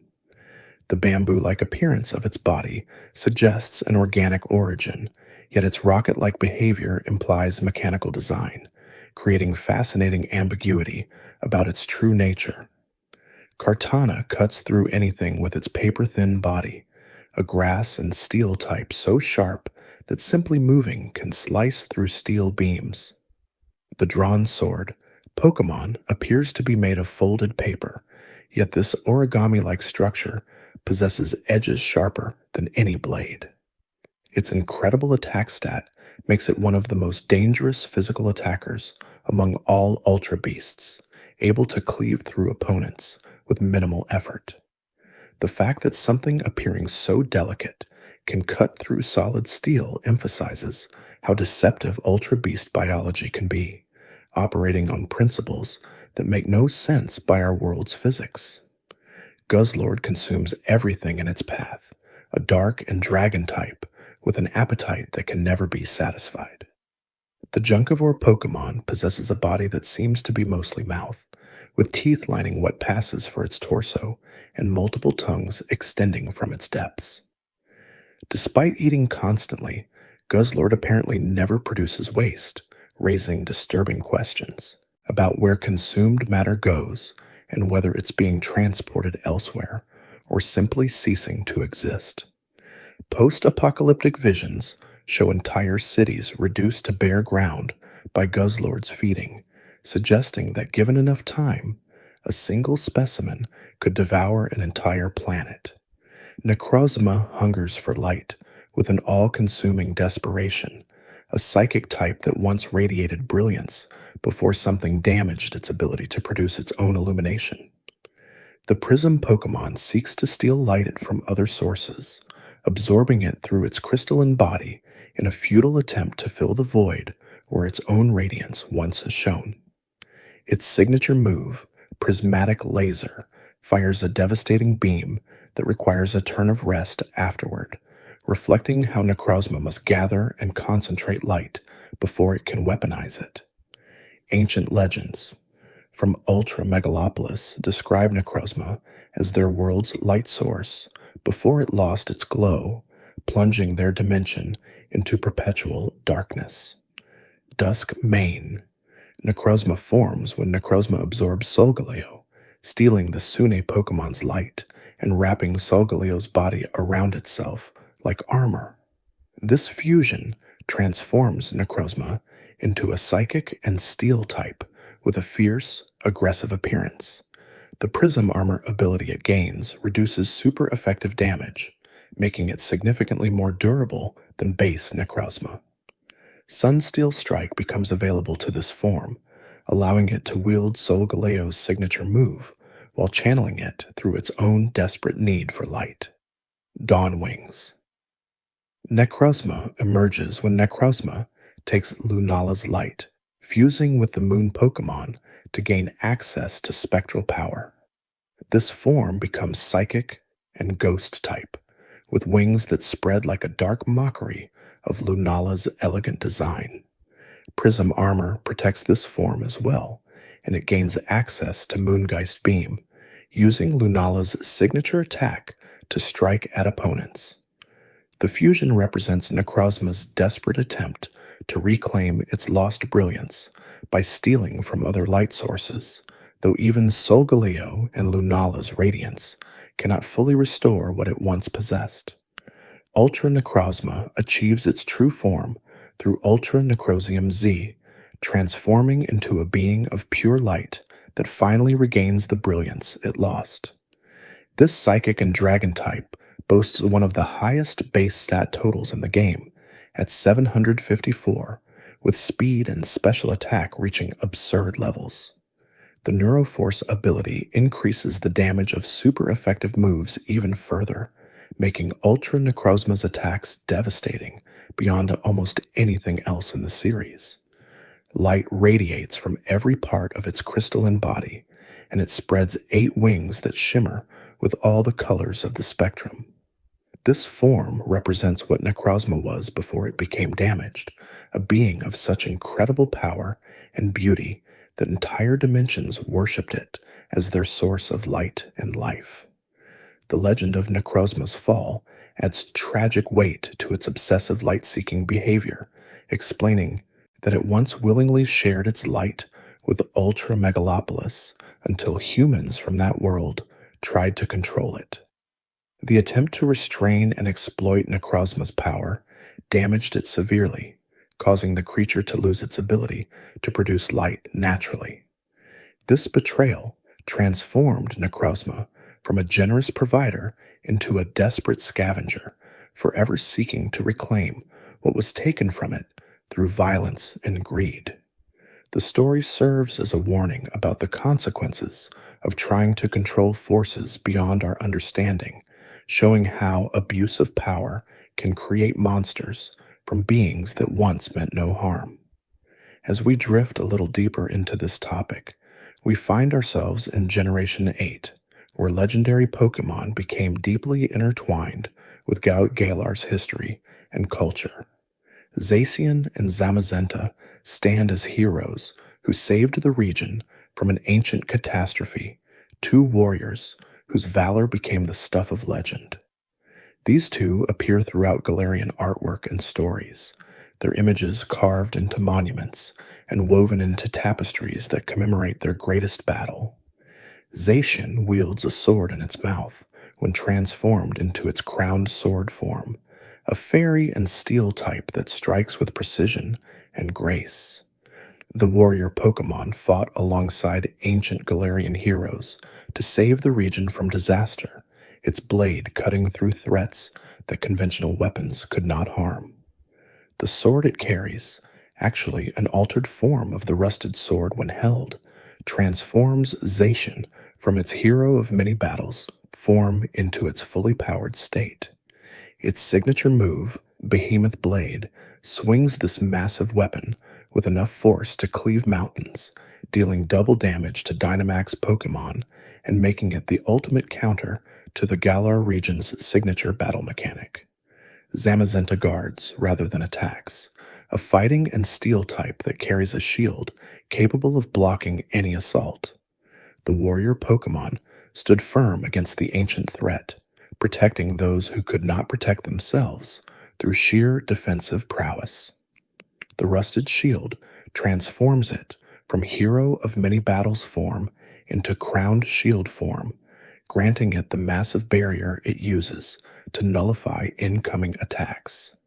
Its signature move, Behemoth Bash, charges forward behind its shield to slam into opponents with overwhelming force, also dealing double damage to Dynamax Pokémon.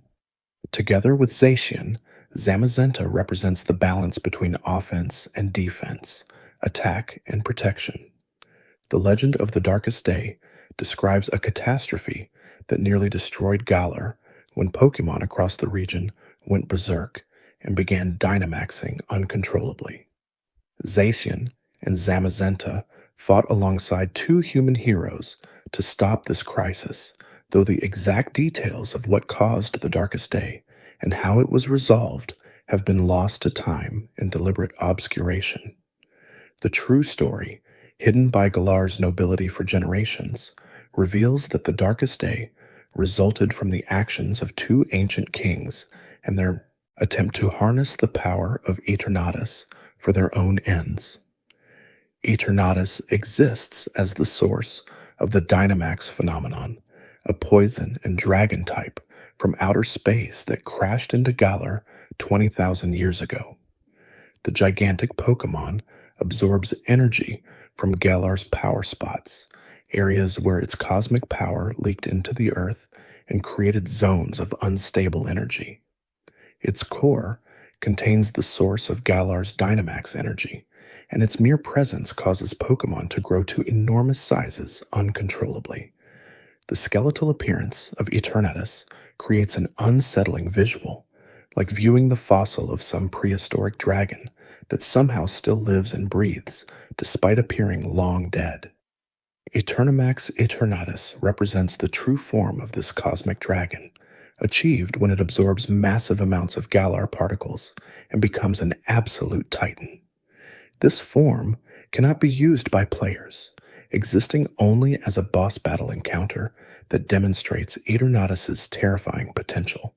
With a base stat total of 1,125, Eternamax Eternatus is mathematically the strongest Pokémon ever created, though its unavailability means this strength exists purely in theory. The Eternabeam attack it uses fires concentrated Dynamax energy capable of devastating entire regions, explaining why Galar's ancient heroes desperately needed to seal Eternatus before it could destroy everything. Calyrex ruled over Galar in ancient times as a psychic and grass type that could see every possible future simultaneously. The king Pokémon possessed such wisdom and compassion that humans and Pokémon alike revered it as a benevolent monarch, though time has reduced it to a forgotten legend known by only a few scholars. Its signature move, Glacial Lance when riding Glastrier or Astral Barrage when riding Spectrier, changes based on which steed it bonds with. The tiny size of modern Calyrex contrasts sharply with its regal bearing, creating a figure that demands respect despite its diminutive appearance.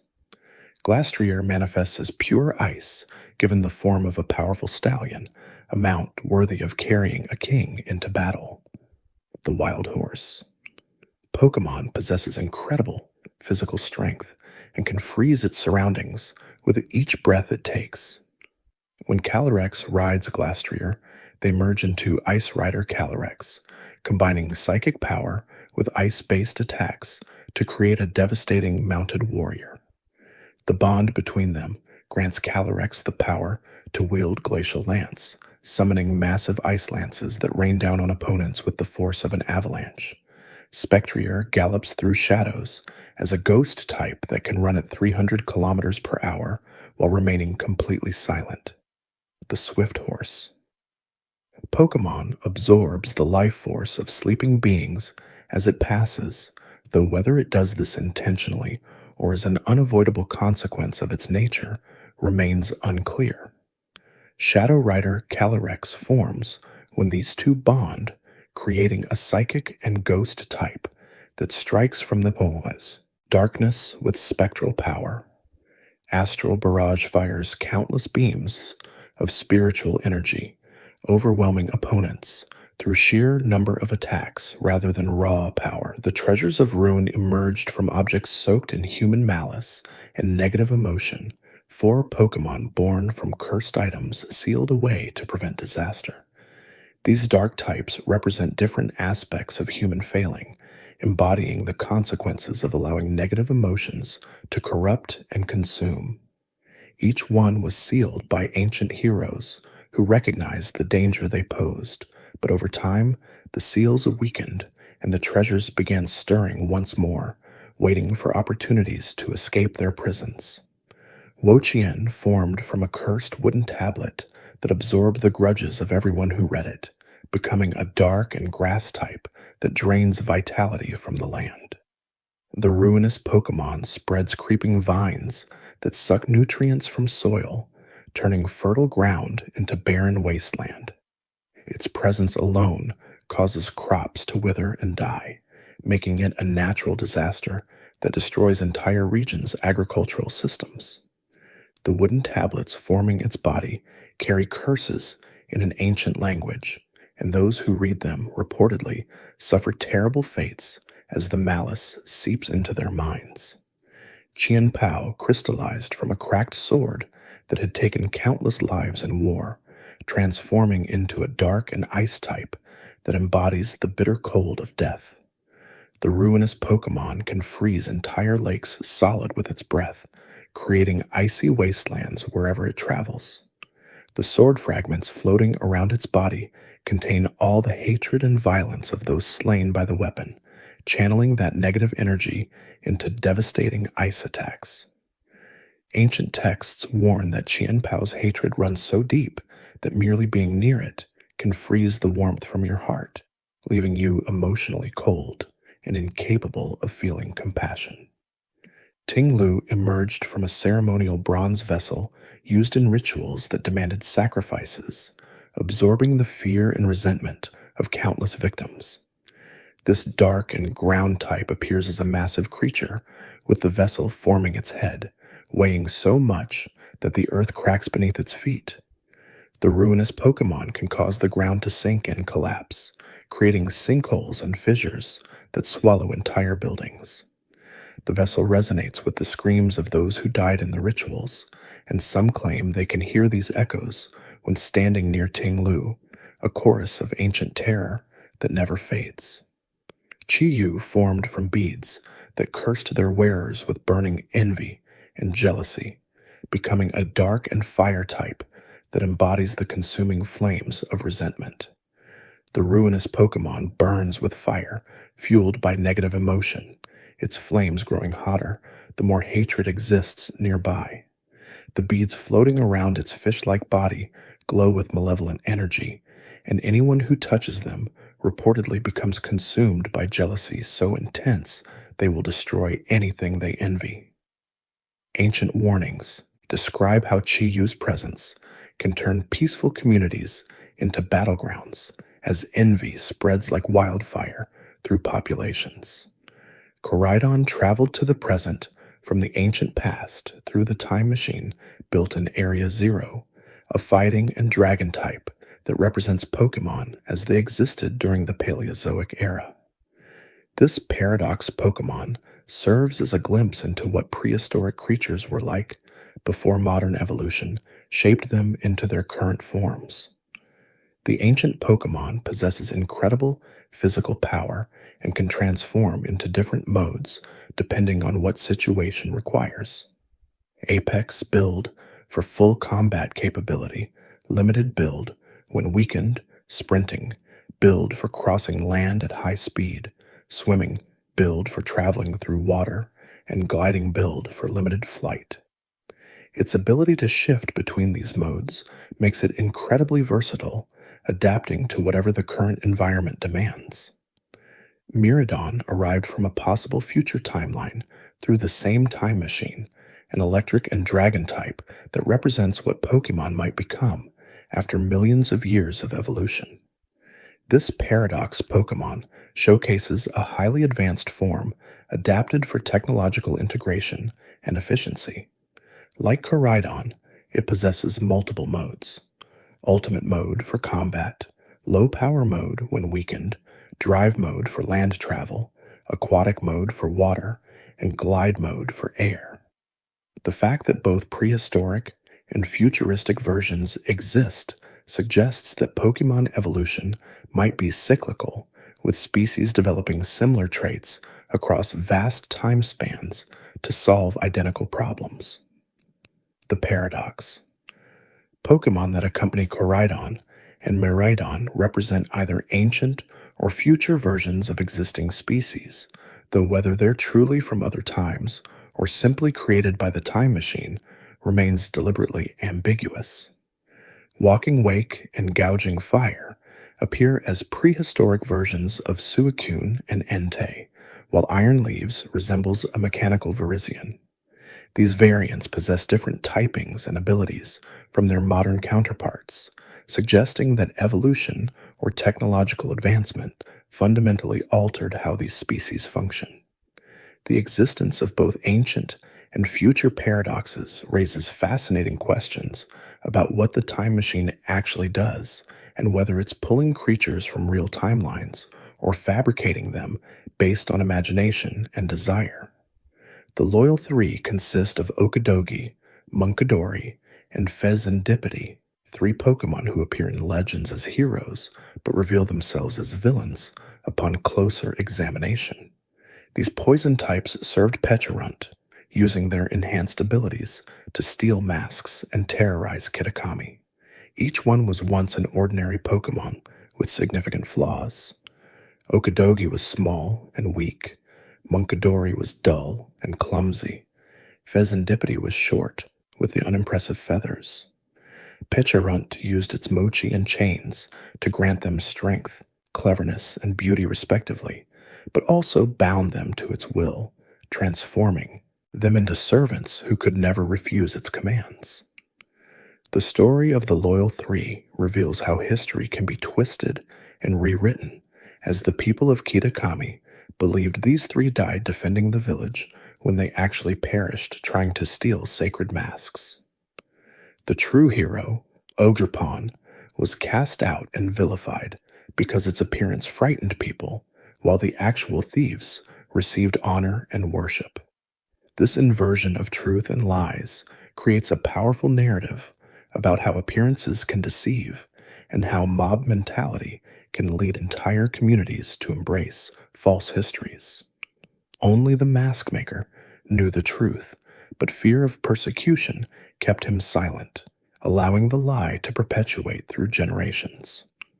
Ogerpon appears as the supposed villain in Kitakami's legends, though the truth reveals it as the actual victim and hero. This grass type wears different masks that grant it various type combinations when it terastallizes, transforming it into grass and rock, grass and fire, or grass and water depending on which mask it dons.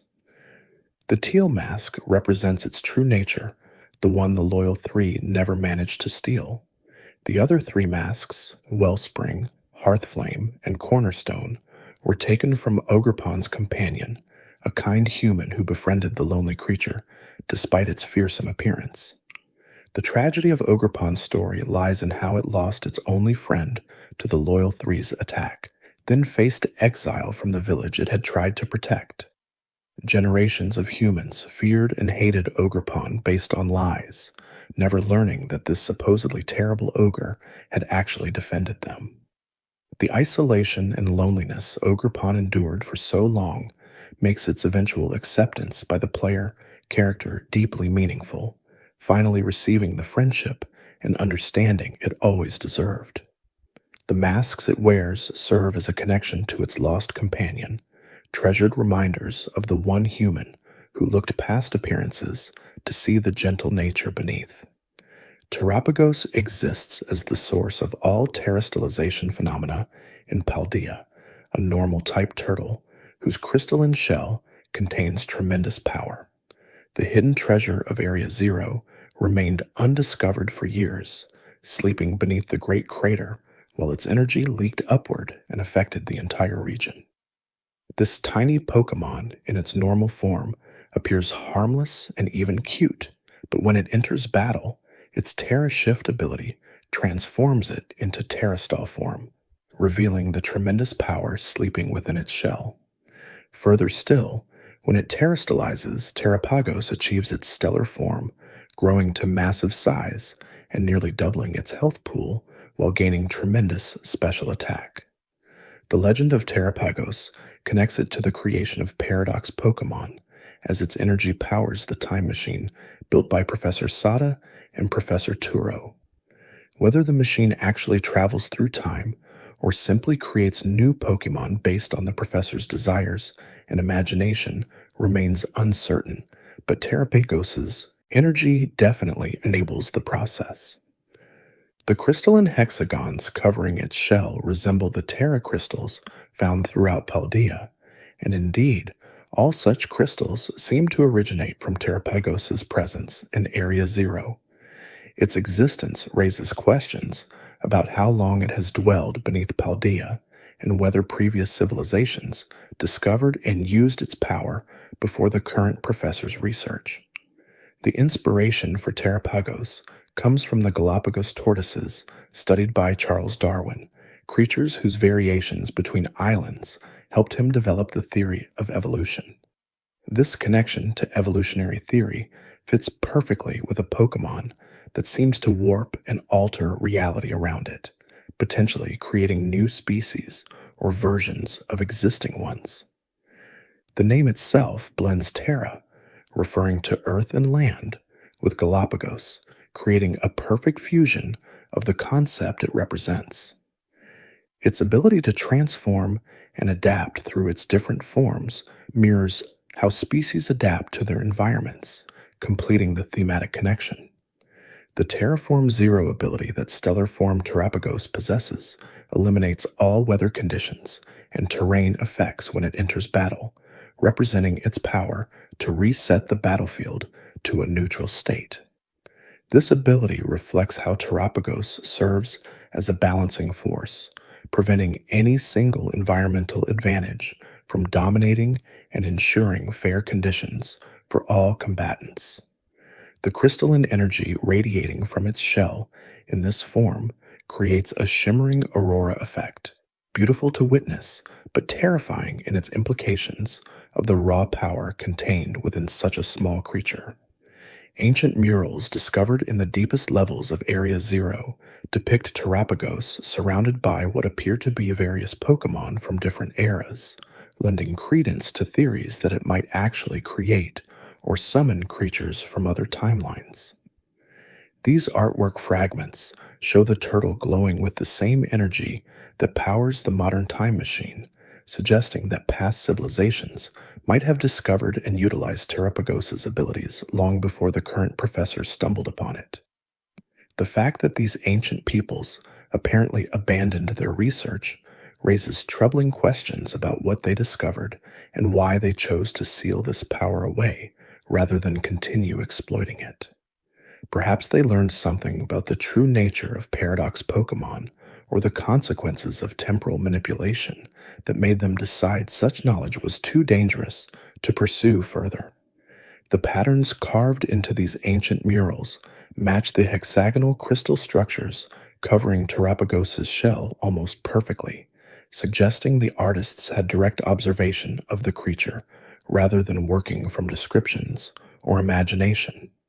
Some symbols surrounding the turtle appear to be warnings or seals, protective measures meant to keep something contained or prevent something terrible from occurring. Scholars who have studied these murals extensively report an unsettling consistency in the depicted imagery, as if multiple ancient cultures, separated by vast distances, somehow all encountered the same being and independently decided it needed to be hidden away from the world above. The relationship between Terrapagos and the terrestrialization phenomenon extends beyond simple energy provision into something more fundamental about Paldea's nature. Every Terra crystal, every Terra type, every instance of a Pokemon gaining crystalline armor and changing types traces back to this single creature sleeping beneath the earth. In a very real sense, Terrapagos has shaped Paldea's entire battling culture and ecosystem, its presence creating the conditions that make the region unique among all others. Trainers who terrestrialize their Pokemon unknowingly tap into power flowing from this hidden source, connecting themselves to an ancient force they barely comprehend. The stellar Terra type that only Terrapagos can access represents something beyond the traditional 18 types, a crystallization of pure energy that transcends normal elemental categories.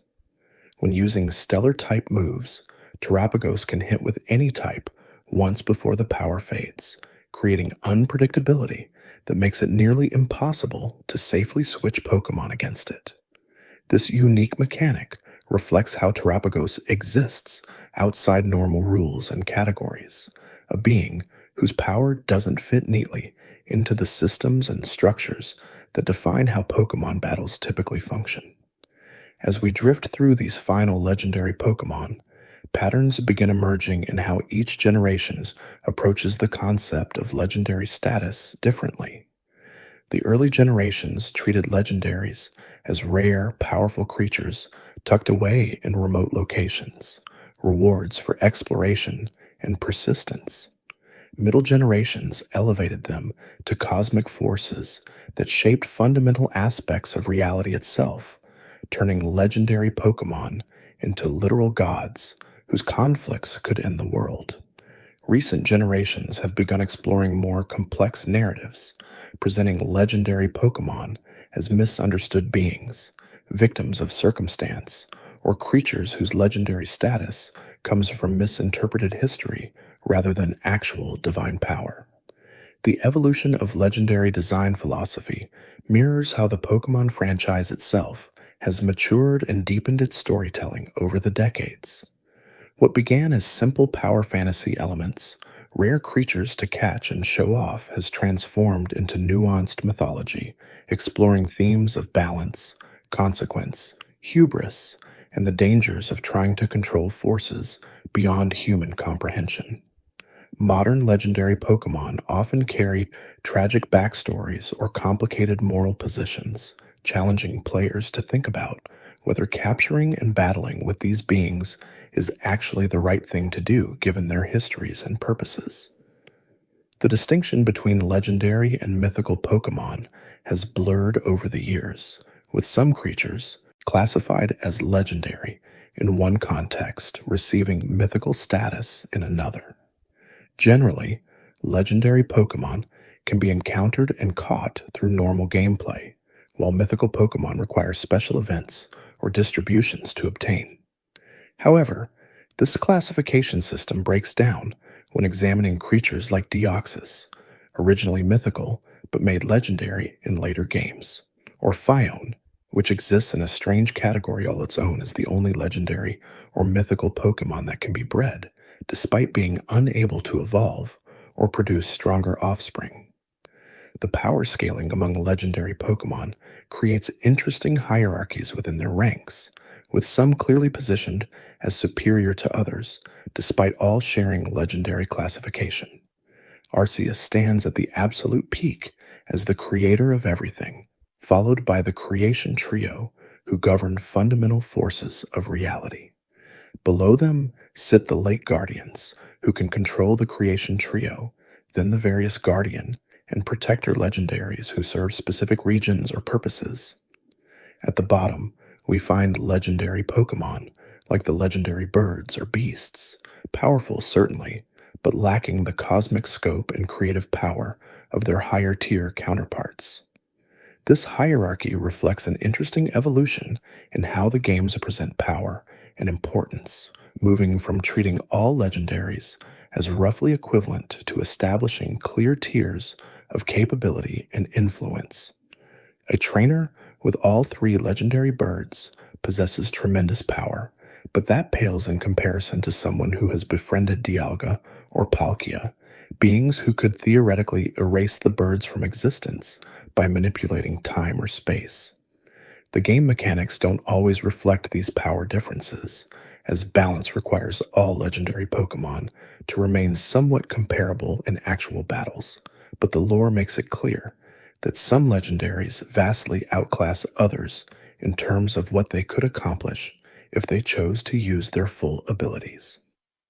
The impact of legendary Pokemon on their respective regions' cultures and mythologies varies dramatically based on how actively they interact with human societies. Sinnoh's entire belief system revolves around the creation trio and lake guardians, with temples and rituals dedicated to honoring and appeasing these powerful beings. Alola treats Solgaleo and Lunala as sacred emissaries, deserving of protection and reverence, building cultural practices around their presumed visits. Meanwhile, regions like Kanto seem almost unaware of their legendary birds, treating them as rumors or fairy tales rather than active participants in the world's functioning. The religious structures that have emerged around certain legendary Pokemon create fascinating parallels to real-world belief systems, with priests, sacred sites, and elaborate ceremonies all designed to honor or summon these powerful beings. The bell tower in Ekritique City serves as a pilgrimage site where the faithful hope to glimpse Ho-Oh, while Spear Pillar in Sinnoh represents the literal peak of human devotion to the creation trio. These sacred spaces often incorporate architectural elements specifically designed to channel or attract legendary Pokemon energy, suggesting that ancient peoples understood far more about these beings than modern science has yet rediscovered. The oral traditions preserving legendary Pokemon stories across generations have proven remarkably consistent despite the passage of centuries, suggesting these tales contain genuine historical events rather than pure mythology. Families in certain regions pass down specific accounts of legendary encounters, complete with details about locations, weather conditions, and the legendary Pokemon's behavior that aligns surprisingly well with modern sightings. This consistency across time implies that legendary Pokemon activity follows predictable patterns, appearing in certain places during specific conditions in ways that careful observation and record keeping can actually anticipate. The seasonal festivals celebrating legendary Pokemon in various regions serve both religious and practical purposes, marking times when these beings traditionally appear or when their influence peaks. Communities gather to perform rituals intended to ensure legendary favor, offering gifts and prayers that may or may not actually reach their intended recipients, but certainly strengthen social bonds and cultural identity. Whether the legendary Pokemon actually respond to these observances or simply follow their own cyclical patterns. Regardless of human activity remains a subject of scholarly debate, though believers point to numerous instances where proper ritual observance seemed to coincide with beneficial legendary interventions. This variation in cultural integration suggests that legendary Pokemon themselves choose how much they engage with human civilization, some openly interacting, while others prefer complete isolation. Ho-Oh actively seeks out pure-hearted trainers to bless, while Giratina hides in the distortion world, specifically to avoid all contact with normal reality. The choices these beings make about engagement versus isolation say something profound about their characters and philosophies, revealing that even among legendary Pokemon, opinions differ on whether humanity deserves their presence and assistance. The environmental impact of legendary Pokemon extends far beyond simple habitat changes into fundamental alterations of reality in the areas they inhabit. Kyogre's presence creates endless rain that can flood entire continents, while Groudon's harsh sunlight evaporates oceans and expands deserts across formerly temperate zones. The forces of nature reshape weather patterns wherever they travel, and Xerneas can transform barren wastelands into thriving forests simply by walking through them. These permanent environmental changes demonstrate that legendary Pokemon aren't just powerful fighters, but forces of nature whose very existence alters the world around them in lasting ways. The geological record actually preserves evidence of legendary Pokemon activity throughout history, with certain rock formations and mineral deposits only explainable through the intervention of beings like Groudon or Regigigas. Ancient coastlines that no longer make sense given current sea levels might mark where Kyogre expanded the oceans during one of its awakening periods. Unusually fertile valleys surrounded by barren wasteland could indicate places where Xerneas passed through during its 7-day waking cycle. Scientists studying these anomalies have begun developing an entirely new field of study focused on identifying and cataloging legendary Pokemon influence on planetary development across geological timescales. The climate patterns that govern entire regions sometimes trace directly back to legendary Pokemon establishing their territories millions of years ago, creating stable weather systems that persist long after the creators have gone dormant or moved elsewhere. The constant snow on Mount Lanakila in Alola might result from ancient Articuno nesting sites, while the perpetual thunderstorms over certain ocean areas could mark Zapdos migration routes. Understanding these connections helps explain why some environmental features seem so resistant to change, as they represent not temporary conditions, but fundamental alterations to how weather and climate function in specific areas. The responsibility that comes with capturing legendary Pokemon rarely gets addressed in the games themselves, but the implications are staggering when you consider what removing these beings from their natural roles might mean for the world's stability. If you catch Dialga, does time stop flowing properly in certain areas? If you capture all three forces of nature, do weather patterns across Unova destabilize without their chaotic but necessary influence? The games treat legendary captures as triumphs, but deeper examination reveals potentially catastrophic consequences of removing crucial pieces from delicate ecosystems and metaphysical systems that depend on their presence. Some legendary Pokemon seem aware of this responsibility and test trainers before allowing themselves to be caught, ensuring that whoever claims them possesses the wisdom and strength to wield such power appropriately. Suicune famously leads trainers on a chase across 2 entire regions in Crystal version, observing them and judging their worthiness before finally offering itself for capture. The legendary birds flee when first encountered, requiring persistence and dedication to track down and battle. These tests serve as filters, preventing casual trainers from obtaining legendary power they haven't earned and can't be trusted to use wisely. The concept of earning legendary Pokemon through worthiness appears repeatedly across the series, emphasizing that these beings aren't simply rare creatures to collect but sacred trusts requiring proper respect and understanding. The games that do this well create memorable experiences where finally encountering the legendary feels like a genuine achievement rather than a checkbox to tick off. The games that treat legendaries as simple boss battles to overcome miss is this deeper element, reducing profound mythological beings to obstacles rather than presenting them as the climactic rewards they should represent. The breeding restrictions placed on nearly all legendary Pokémon serve both mechanical and thematic purposes, preventing players from mass producing incredibly powerful creatures while maintaining the legendary status these beings hold in the world's mythology.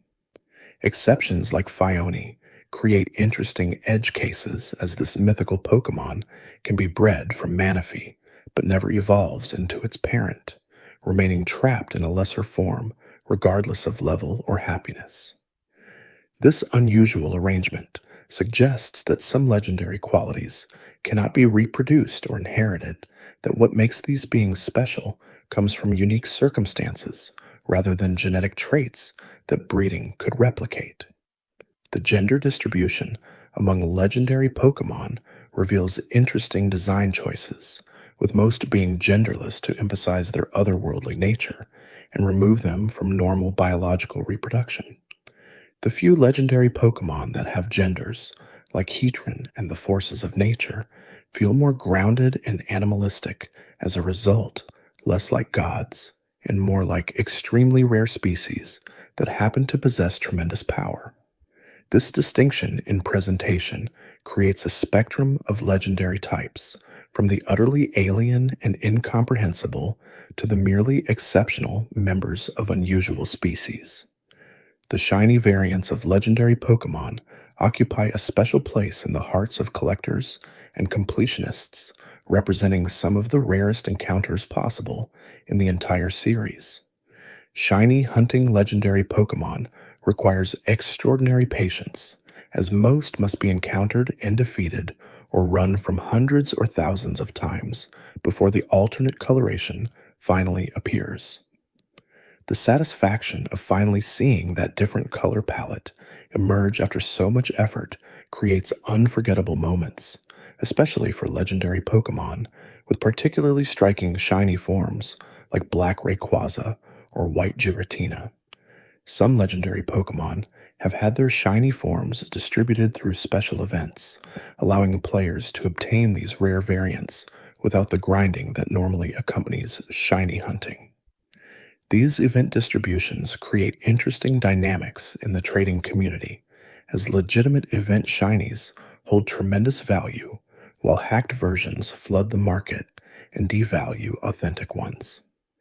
The tension between accessibility and exclusivity defines much of the legendary Pokémon experience, with Game Freak constantly balancing between making these creatures obtainable while maintaining their special status. The signature moves that many legendary Pokémon possess serve as defining characteristics that set them apart from other species, unique attacks that only they can use.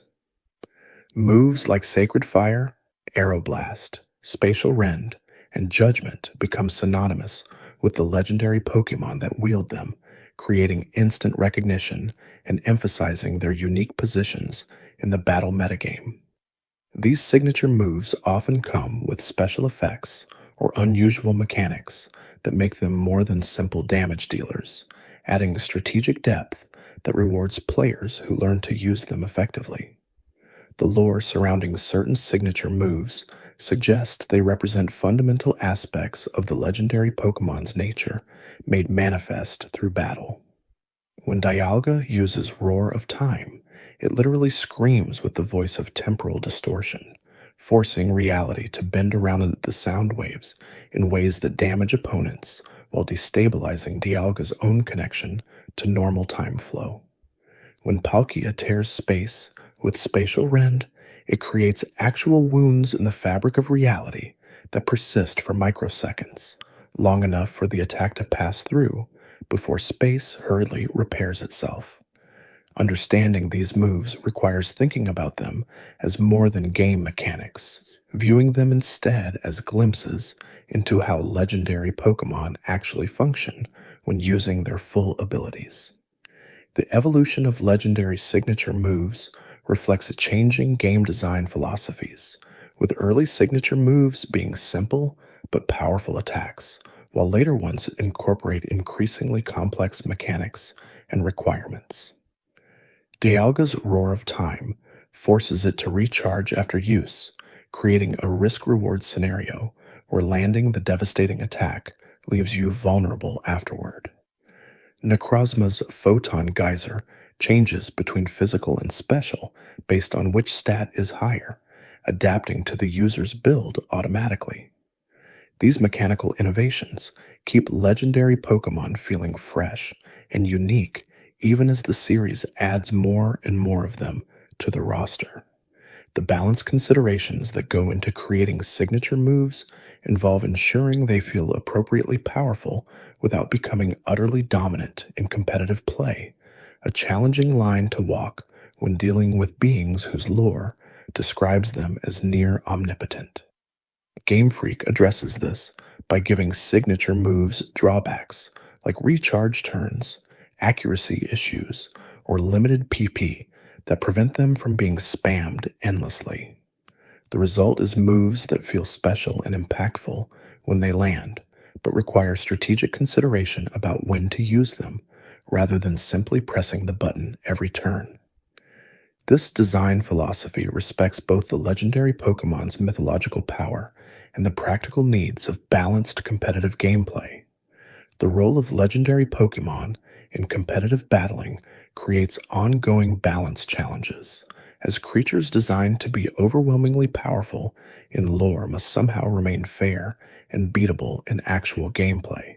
Different competitive formats address this by banning certain legendary Pokémon entirely, or creating special rule sets where only certain tiers can participate. The existence of these restrictions acknowledges that some legendary Pokémon would completely dominate if allowed to run free, creating unbalanced metas where team building revolves entirely around either using these uber-tier threats or building dedicated counters to them. The cultural impact of legendary Pokémon extends far beyond the games themselves into movies, anime, manga, and merchandise, where they often serve as centerpiece characters and major plot drivers. Movies frequently revolve around the legendary Pokémon awakening or being threatened, using their tremendous power and mythological significance to create stakes that feel appropriately epic. The anime series uses legendary sightings as rare, special moments that mark significant character development or story milestones, maintaining their aura of importance by ensuring they appear sparingly and meaningfully rather than becoming common encounters that would diminish their legendary status. The merchandise opportunities that legendary Pokémon create have made them central to the franchise's commercial success, with figures, plushies, cards, and countless other products featuring these popular creatures. Certain legendary Pokémon like Mewtwo, Rayquaza, and Lucario have achieved iconic status that transcends the games themselves, becoming recognizable symbols of the Pokémon brand even to people who have never played a single game. This mainstream recognition creates interesting feedback loops where popular legendary Pokémon receive more screen time and marketing focus, which increases their popularity further and creates self-reinforcing cycles of prominence. The representation of legendary Pokémon in the trading card game creates unique challenges and opportunities, as these powerful beings must be translated into card mechanics that feel appropriately impressive while remaining balanced within the game's systems. Legendary Pokémon cards often feature higher HP, powerful attacks, and special abilities that set them apart from regular Pokémon cards, though they typically come with drawbacks like being unable to play multiples or requiring more energy to use effectively. Special card rarities and alternate arts featuring legendary Pokémon become highly sought after by collectors, sometimes selling for hundreds or thousands of dollars, depending on the specific card and its condition. The philosophy behind making legendary Pokémon obtainable versus keeping them as mythological background elements has shifted multiple times throughout the franchise's history. Early games treated catching legendary Pokémon as entirely optional side quests, allowing players to complete the main story without ever encountering them. Later games made legendary encounters mandatory parts of the plot, forcing players to catch or defeat them to progress. This shift reflects changing attitudes about whether legendary Pokémon should remain rare optional content or become central to the narrative experience that every player engages with. The mystery surrounding many legendary Pokémon's origins adds to their appeal, as incomplete or contradictory information creates space for speculation and theory crafting within the fan community. Questions like whether Arceus truly created everything or simply reshaped existing matter, whether the time machine creates paradox Pokémon or summons them from real timelines, and what exactly caused Necrozma's fall generate endless discussions and debates. This intentional ambiguity keeps legendary Pokémon feeling mysterious and unknowable even after players have caught them and used them in battles countless times. The relationship between different legendary trios and duos creates complex webs of power and responsibility, with some legendary Pokémon serving as checks on others to maintain balance. The Lake Guardians can control the creation trio, despite being far weaker, using their special connection to limit the power of beings who could otherwise reshape reality without constraint. Rayquaza mediates between Groudon and Kyogre, preventing their conflict from destroying the world. Zygarde monitors Xerneas and Yveltal to ensure neither life nor death overwhelms the other. These systems of checks and balances suggest intelligent design in how legendary Pokémon were distributed across the world, though whether Arceus deliberately arranged these relationships or they emerged naturally remains unclear. The tragedy that permeates many legendary Pokémon stories adds emotional depth that elevates them beyond simple, powerful creatures into characters deserving of empathy and understanding. Mewtwo's trauma from its creation and the experiments it endured creates a being struggling with identity and purpose. Darkray's exile to protect others from its nightmares despite having no control over its ability generates sympathy for a creature often portrayed as villainous. Necrozma's desperate search for light to replace what was stolen from it transforms it from a simple antagonist into a victim seeking to reclaim what it lost. These tragic elements make legendary Pokémon feel more real and relatable, beings with emotions and histories, rather than emotionless forces of nature. The bonds that some legendary Pokémon form with humans throughout the series demonstrate that even the most powerful beings can value connection and friendship beyond simple utility. N's relationship with Reshiram or Zekrom shows legendary Pokémon choosing partners based on shared ideals rather than mere strength. The friendship between Ash and various legendary Pokémon in the anime emphasizes that legendary status doesn't preclude genuine emotional connection. These relationships challenge the idea that legendary Pokémon exist on a level so far above humans that meaningful bonds become impossible, suggesting instead that power doesn't necessarily create insurmountable barriers between species. The criteria by which legendary Pokémon choose their human partners, when they choose at all, varies tremendously based on the specific being and what they value most highly. Ho-Oh seeks pure hearts and noble intentions, appearing only to those whose spirits remain uncorrupted by greed or malice. The Swords of Justice test combat ability and dedication to protecting the innocent, ensuring their partners share their commitment to justice. Reshiram and Zekrom evaluate whether potential partners truly embody their respective ideals or truth, rejecting anyone who pays mere lip service to these philosophies without genuine understanding or commitment. Some legendary Pokémon actively avoid forming bonds with humans due to tragic past experiences or fundamental incompatibility between human nature and their own existence. Giratina's banishment left it bitter and isolated, viewing all attempts at connection as potential betrayals waiting to happen. Thanks for watching. If these quiet stories helped you unwind, there's another video waiting on the left of your screen. Feel free to let it play in the background. You may learn something new as you drift off